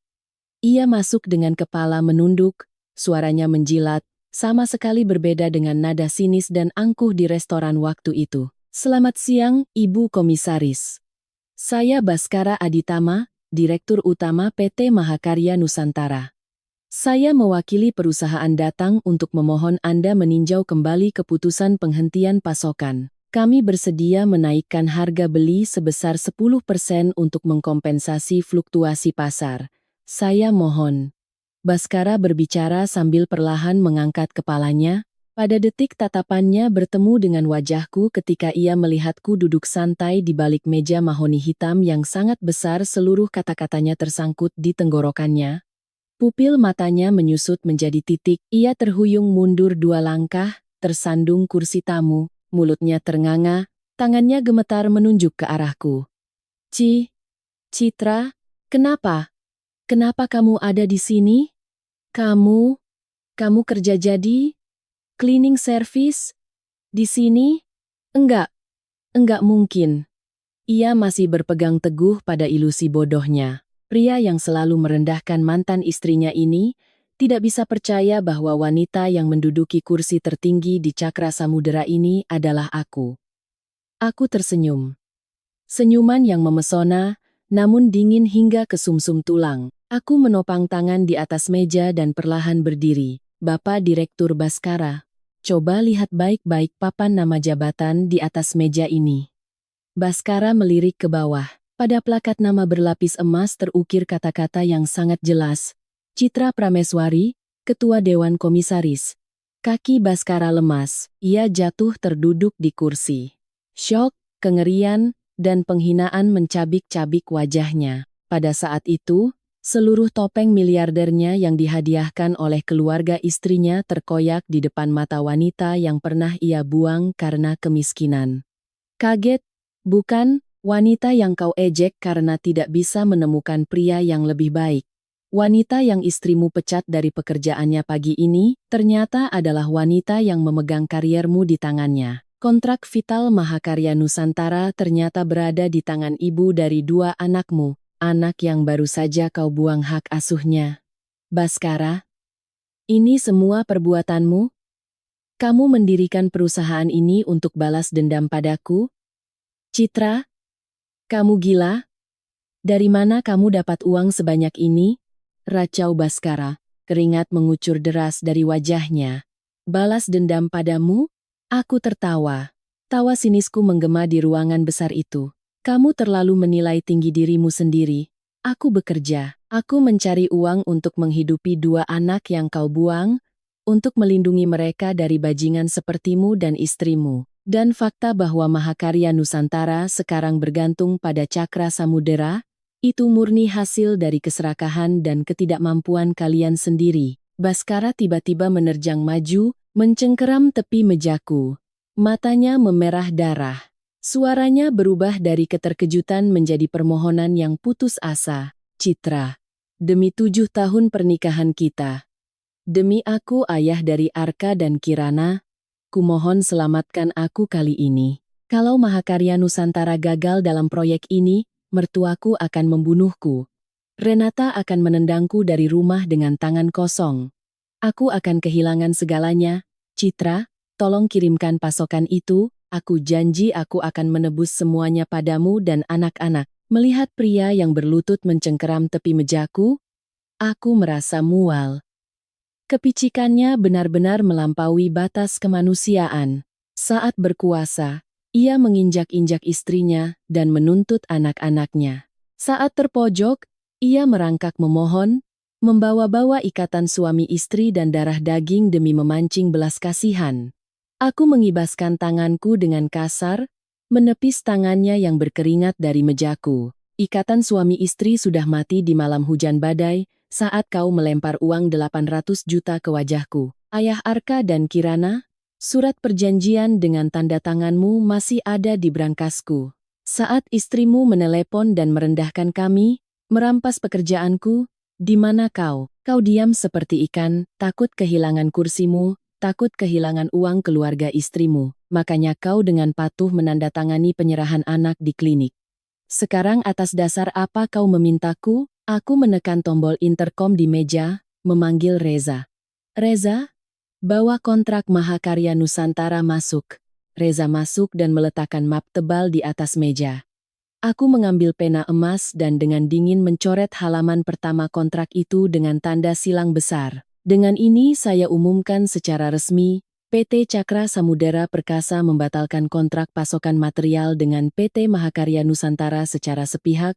Semua denda wan prestasi sesuai perjanjian siap kami bayar penuh. Pasokan saat ini yang ada di pelabuhan akan segera ditransfer ke PT Bintang Timur Property, kompetitor terbesar Anda. Mendengar vonis matinya, Baskara mengeluarkan teriakan histeris dan menerjangku seperti binatang buas yang mengamuk, tapi Reza dengan sigap menahannya, memanggil petugas keamanan yang langsung menyeret sang direktur utama yang telah kehilangan harga dirinya itu keluar dari ruanganku. Teriakan Baskara semakin memudar dan akhirnya menghilang di balik pintu lift. Aku berdiri di depan dinding kaca, memandangi arus lalu lintas di bawah yang tampak sekecil semut.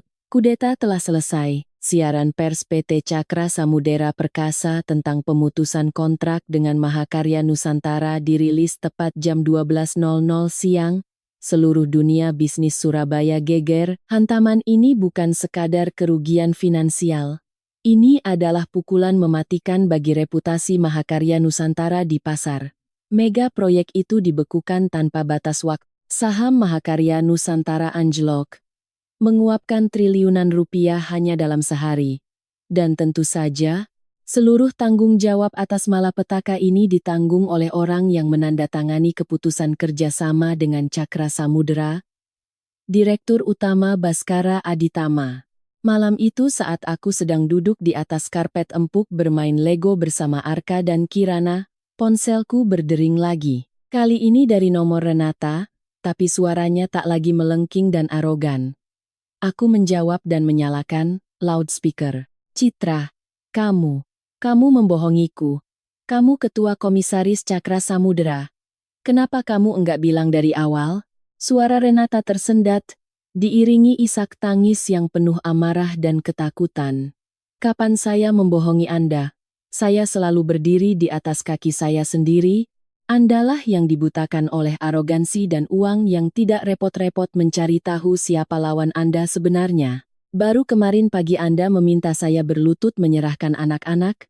Dan sekarang keluarga Anda hancur karena ego Anda dan kebodohan suami Anda.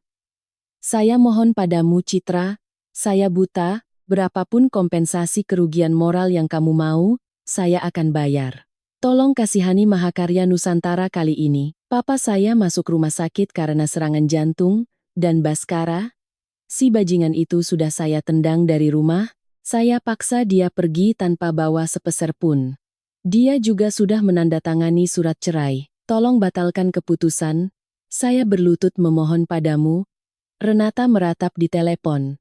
Kemunafikannya hanya membuatku tersenyum sinis. Kemarin dia mati-matian membela suaminya dan hari ini saat kepentingan keluarganya terancam, ia tanpa ragu membuangnya, persis seperti bagaimana Baskara membuangku 5 tahun lalu. Karma menghampiri mereka dengan sangat cepat dan akurat. Ibu Renata, bisnis adalah peperangan. Tidak ada tempat untuk air mata di sini. Cakra Samudera sudah menandatangani kontrak pengalihan pasokan ke mitra lain, tinta sudah mengering, tidak ada yang bisa diubah. Urus saja keluarga Anda. Dan soal Baskara, kenyataan bahwa Anda menendangnya ke jalanan, itu urusan Anda, bukan urusanku. Jangan pernah menelepon saya lagi. Aku dengan tegas menutup telepon. Kali ini semua masalah dari pihak Renata sudah selesai. Dia akan sibuk mengurusi Mahakarya Nusantara yang hancur berantakan dan perceraiannya. Dia tidak akan punya waktu maupun keinginan untuk mengganggu kami lagi. Tapi Baskara, aku tahu pria yang kehilangan segalanya karier, keluarga dan terpojok tanpa arah, akan melakukan satu usaha putus asa terakhir, dan targetnya adalah aku dan anak-anak.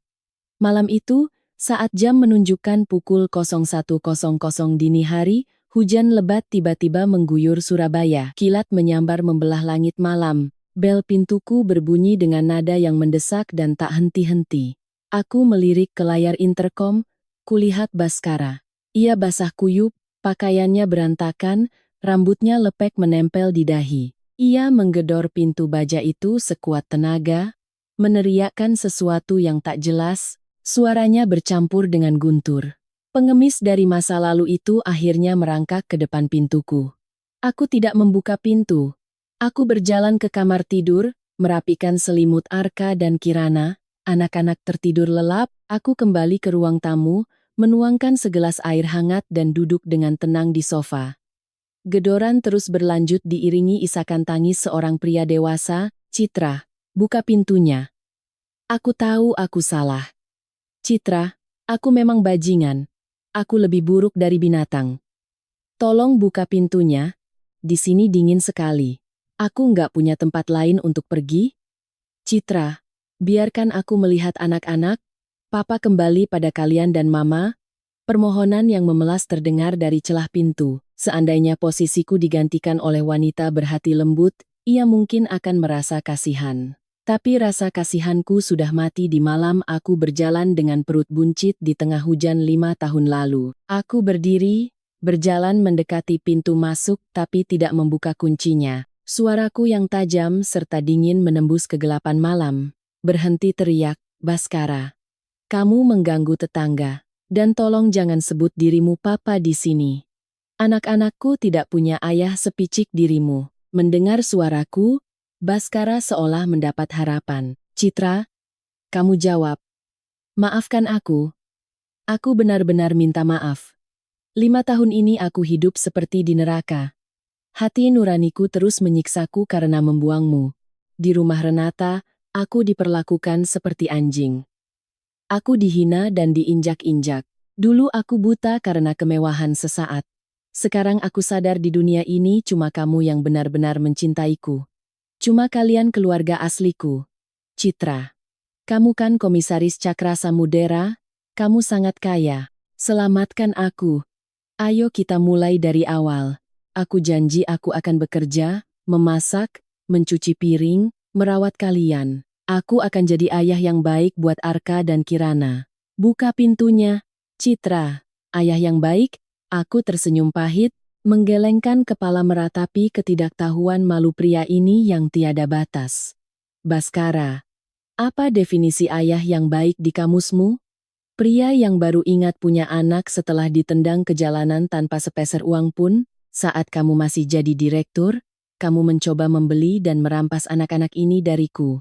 Saat istrimu menelepon merendahkan kami dan merampas pekerjaanku, di mana kamu? Kau diam, ketakutan kehilangan jabatan dan uang. Makanya patuh menandatangani penyerahan anak, dan sekarang saat kamu jatuh melarat, kamu main sinetron pura-pura jadi pria bertobat yang kembali ke keluarganya.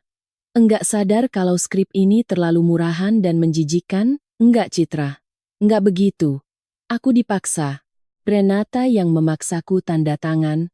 Aku enggak mau. Baskara menjelaskan dengan panik. Cukup, bentakku keras, menghentikan sandiwara menyedihkannya. Dipaksa atau sukarela? Kamu sendiri yang tahu. Kamu tidak pernah mencintaiku, tidak juga anak-anak. Kamu cuma mencintai dirimu sendiri. Kamu datang padaku malam ini bukan karena menyesal, tapi karena kamu tahu aku komisaris Cakra Samudera. Aku punya uang. Kamu mau menempel padaku supaya bisa terus hidup enak. Kamu menganggapku sebagai pos pertolongan. Maaf, pos pertolongan ini sudah tutup 5 tahun lalu. Pergi dari sini sebelum aku panggil security untuk menyeretmu keluar. Baskara terdiam.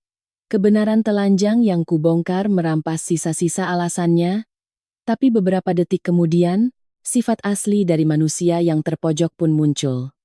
Citra, jangan paksa aku. Nada suara Baskara berubah dari memohon menjadi ancaman yang mendesis di sela gigi. Kamu yang memaksaku begini, kamu pikir kamu bisa hidup tenang? Kuberitahu ya, secara hukum aku masih ayah mereka, meski aku sudah tanda tangan. Ikatan darah adalah ikatan darah, kamu enggak berhak melarangku bertemu mereka. Besok aku akan pergi ke KPAI, aku akan koar-koar di Twitter dan Instagram kalau kamu wanita kejam yang memisahkan ayah dari anak-anaknya. Kita lihat bagaimana kamu bisa duduk tenang di kursi komisaris kalau netizen mengutukmu. Kemunafikan Baskara tidak mengejutkanku. Anjing yang terpojok pasti akan menggigit. Aku tersenyum, mengambil ponselku dan menyalakan rekaman. Bagus, rekaman saat kamu barusan nangis-nangis ngaku jadi anjing peliharaan istrimu dan disuruh pergi lalu mengemis minta ku beri makan. Sudah kusimpan, silakan koar-koar di medsos sesukamu. Aku akan upload rekaman ini beserta surat penyerahan hak asuhmu dan foto USG 5 tahun lalu. Mari kita lihat siapa yang akan dirujak netizen. Ibu tunggal yang tangguh atau pria parasit pengecut yang bersembunyi di balik rok wanita dan menjual darah dagingnya sendiri? Mau main besar? Oke, aku ladeni sampai akhir. Kita lihat siapa yang enggak akan punya muka lagi di Surabaya ini. Di luar pintu tiba-tiba hening. Suara hujan terdengar makin keras. Aku bisa mendengar napas Baskara yang tersengal, rintihan putus asa, dan kemudian langkah kaki yang gontai dan menjauh menyusuri lorong. Ia ketakutan, ia sadar ia tidak lagi punya satu senjata pun melawan wanita yang 5 tahun lalu ia dorong ke dalam jurang. Keesokan paginya saat aku membuka pintu untuk pergi kerja, kulihat genangan air kecil di atas keset. Baskara telah pergi, meninggalkan titik akhir pada ilusi-ilusi terakhirnya. 3 bulan kemudian, kehidupan kami sepenuhnya kembali normal. Aku tetaplah seorang ibu tunggal yang setiap pagi mengantar anak-anak naik motor ke TK, dan malamnya bermain Lego bersama mereka. Baskara, kudengar ia kembali ke kampung halamannya, membuka toko material kecil-kecilan dan menyambung hidup dengan pas-pasan. Di suatu hari Minggu yang cerah, aku membawa Arka dan Kirana ke taman.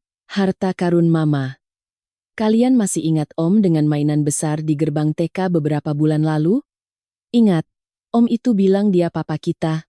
Jawab Kirana cepat, tapi Mama bilang dia bukan keluarga kita. Hari ini Mama mau menceritakan sebuah dongeng. Dongeng yang sangat nyata tentang keluarga kita, kataku lembut, dulu sekali saat kalian masih sekecil kacang polong di perut Mama dan Om itu adalah sebuah keluarga. Dialah yang bersama-sama Mama menciptakan kalian. Tapi menjadi papa itu bukan cuma soal membuat anak.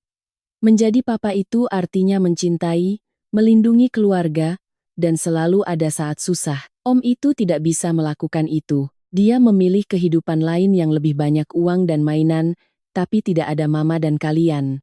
Dia pergi di saat mama sangat membutuhkannya, karena itu, mama memutuskan untuk membesarkan kalian sendiri. Selama 5 tahun ini, mama menjadi papa sekaligus mama. Arka menatapku dengan matanya yang gelap dan tajam. Pertanyaannya mengejutkanku, Ma, kalau dia papa kita, berarti kita harus memanggilnya papa dan tinggal sama dia? Aku menggenggam tangan mungilnya erat-erat. Itu pilihan kalian. Mama menceritakan ini bukan untuk melarang kalian mengakui papa kalian atau supaya kalian membencinya. Mama cuma mau kalian tahu kebenarannya. Darah itu pemberian alam, enggak bisa diubah, tapi ikatan keluarga dibangun dari cinta dan perhatian setiap hari. Kalau nanti saat kalian sudah besar, kalian mau bertemu dengannya, memanggilnya papa, mama tidak akan pernah melarang. Tapi sekarang mama mau tanya, apa yang kalian rasakan? Anak-anak diam cukup lama. Arkalah yang pertama kali bicara. Ia turun dari bangku, berdiri tegak, melipat tangan di dadanya dengan raut wajah sangat serius. Aku enggak suka dia. Dia bikin mama nangis, bikin mama sedih. Bu guru bilang, laki-laki yang menyakiti perempuan itu orang jahat. Aku enggak butuh papa. Aku sudah cukup punya mama, mama superhero dan ratuku. Kirana juga mengangguk-angguk dan memeluk leherku erat. Iya, masakan mama paling enak sedunia. Mama jago cerita dongeng. Kami enggak mau kemana-mana, kami mau sama mama. Kata-kata polos namun tegas dari anak-anak bagaikan obat penawar yang menyembuhkan seluruh luka di dasar jiwaku. Aku memeluk mereka berdua, tertawa bahagia di tengah taman. Keputusan untuk terbuka menceritakan kebenaran ini adalah pilihan yang tepat. Pada musim gugur ke-6 kehidupanku sebagai ibu tunggal, angin sejuk yang jarang terjadi menyapa Surabaya. Aku berdiri di balkon, menyesap kopi hitam panas sambil memandangi kota yang mulai terbangun, segalanya seolah telah berlalu. Aku telah menang. Bukan menang melawan Baskara atau Renata. Aku menang melawan keadaan, prasangka masyarakat, dan kelemahanku sendiri. 5 tahun lalu, aku membuktikan bahwa menjadi wanita yang dicampakkan bukanlah akhir dari segalanya, balas dendam terbaik bukanlah skandal dan keributan, melainkan menjalani hidup yang begitu cemerlang, begitu sukses, dan begitu bahagia, sehingga orang itu tidak akan pernah lagi pantas berdiri sejajar denganmu. Aku menghabiskan kopiku dan kembali masuk ke dalam. Terdengar pertengkaran kecil yang riang antara Arka dan Kirana memperebutkan buku komik. Mama, Arka sembunyiin komik Princess Kirana. Bohong? Kirana sendiri yang naruh di bawah meja malah nuduh aku. Aku tertawa dan mendekat untuk mengusap kepala mereka. Sudah.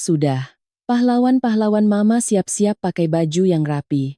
Hari ini mama akan traktir kalian makan ayam goreng renyah. Habis itu kita ke taman safari lihat jerapah. Hor! Mama yang terbaik, teriak mereka girang lalu berhamburan memelukku.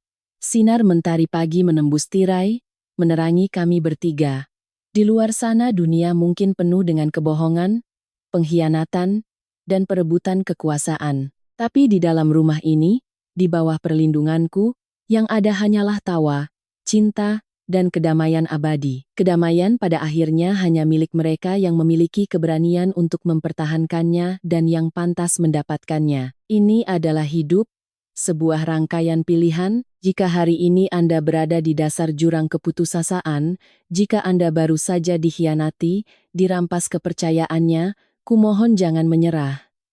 Izinkan diri Anda menangis sepuasnya malam ini, tapi besok pagi saat terbangun, hapus air matamu, poles lipstik merahmu, dan pergilah mencari uang.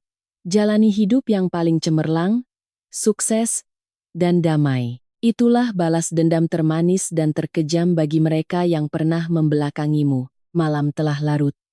Hujan di luar jendela telah reda, menyisakan udara yang bersih dan sejuk. Aku akhiri ceritaku di sini. Semoga semua perempuan di dunia ini akan selalu berdiri kokoh di atas kaki mereka sendiri, tetap tenang di tengah badai, dan memiliki hati yang cukup hangat untuk menyembuhkan luka mereka sendiri. Ingatlah, bahkan jika hari ini langit serasa akan runtuh, esok matahari akan terbit tepat di tempatmu berdiri. Selamat tidur.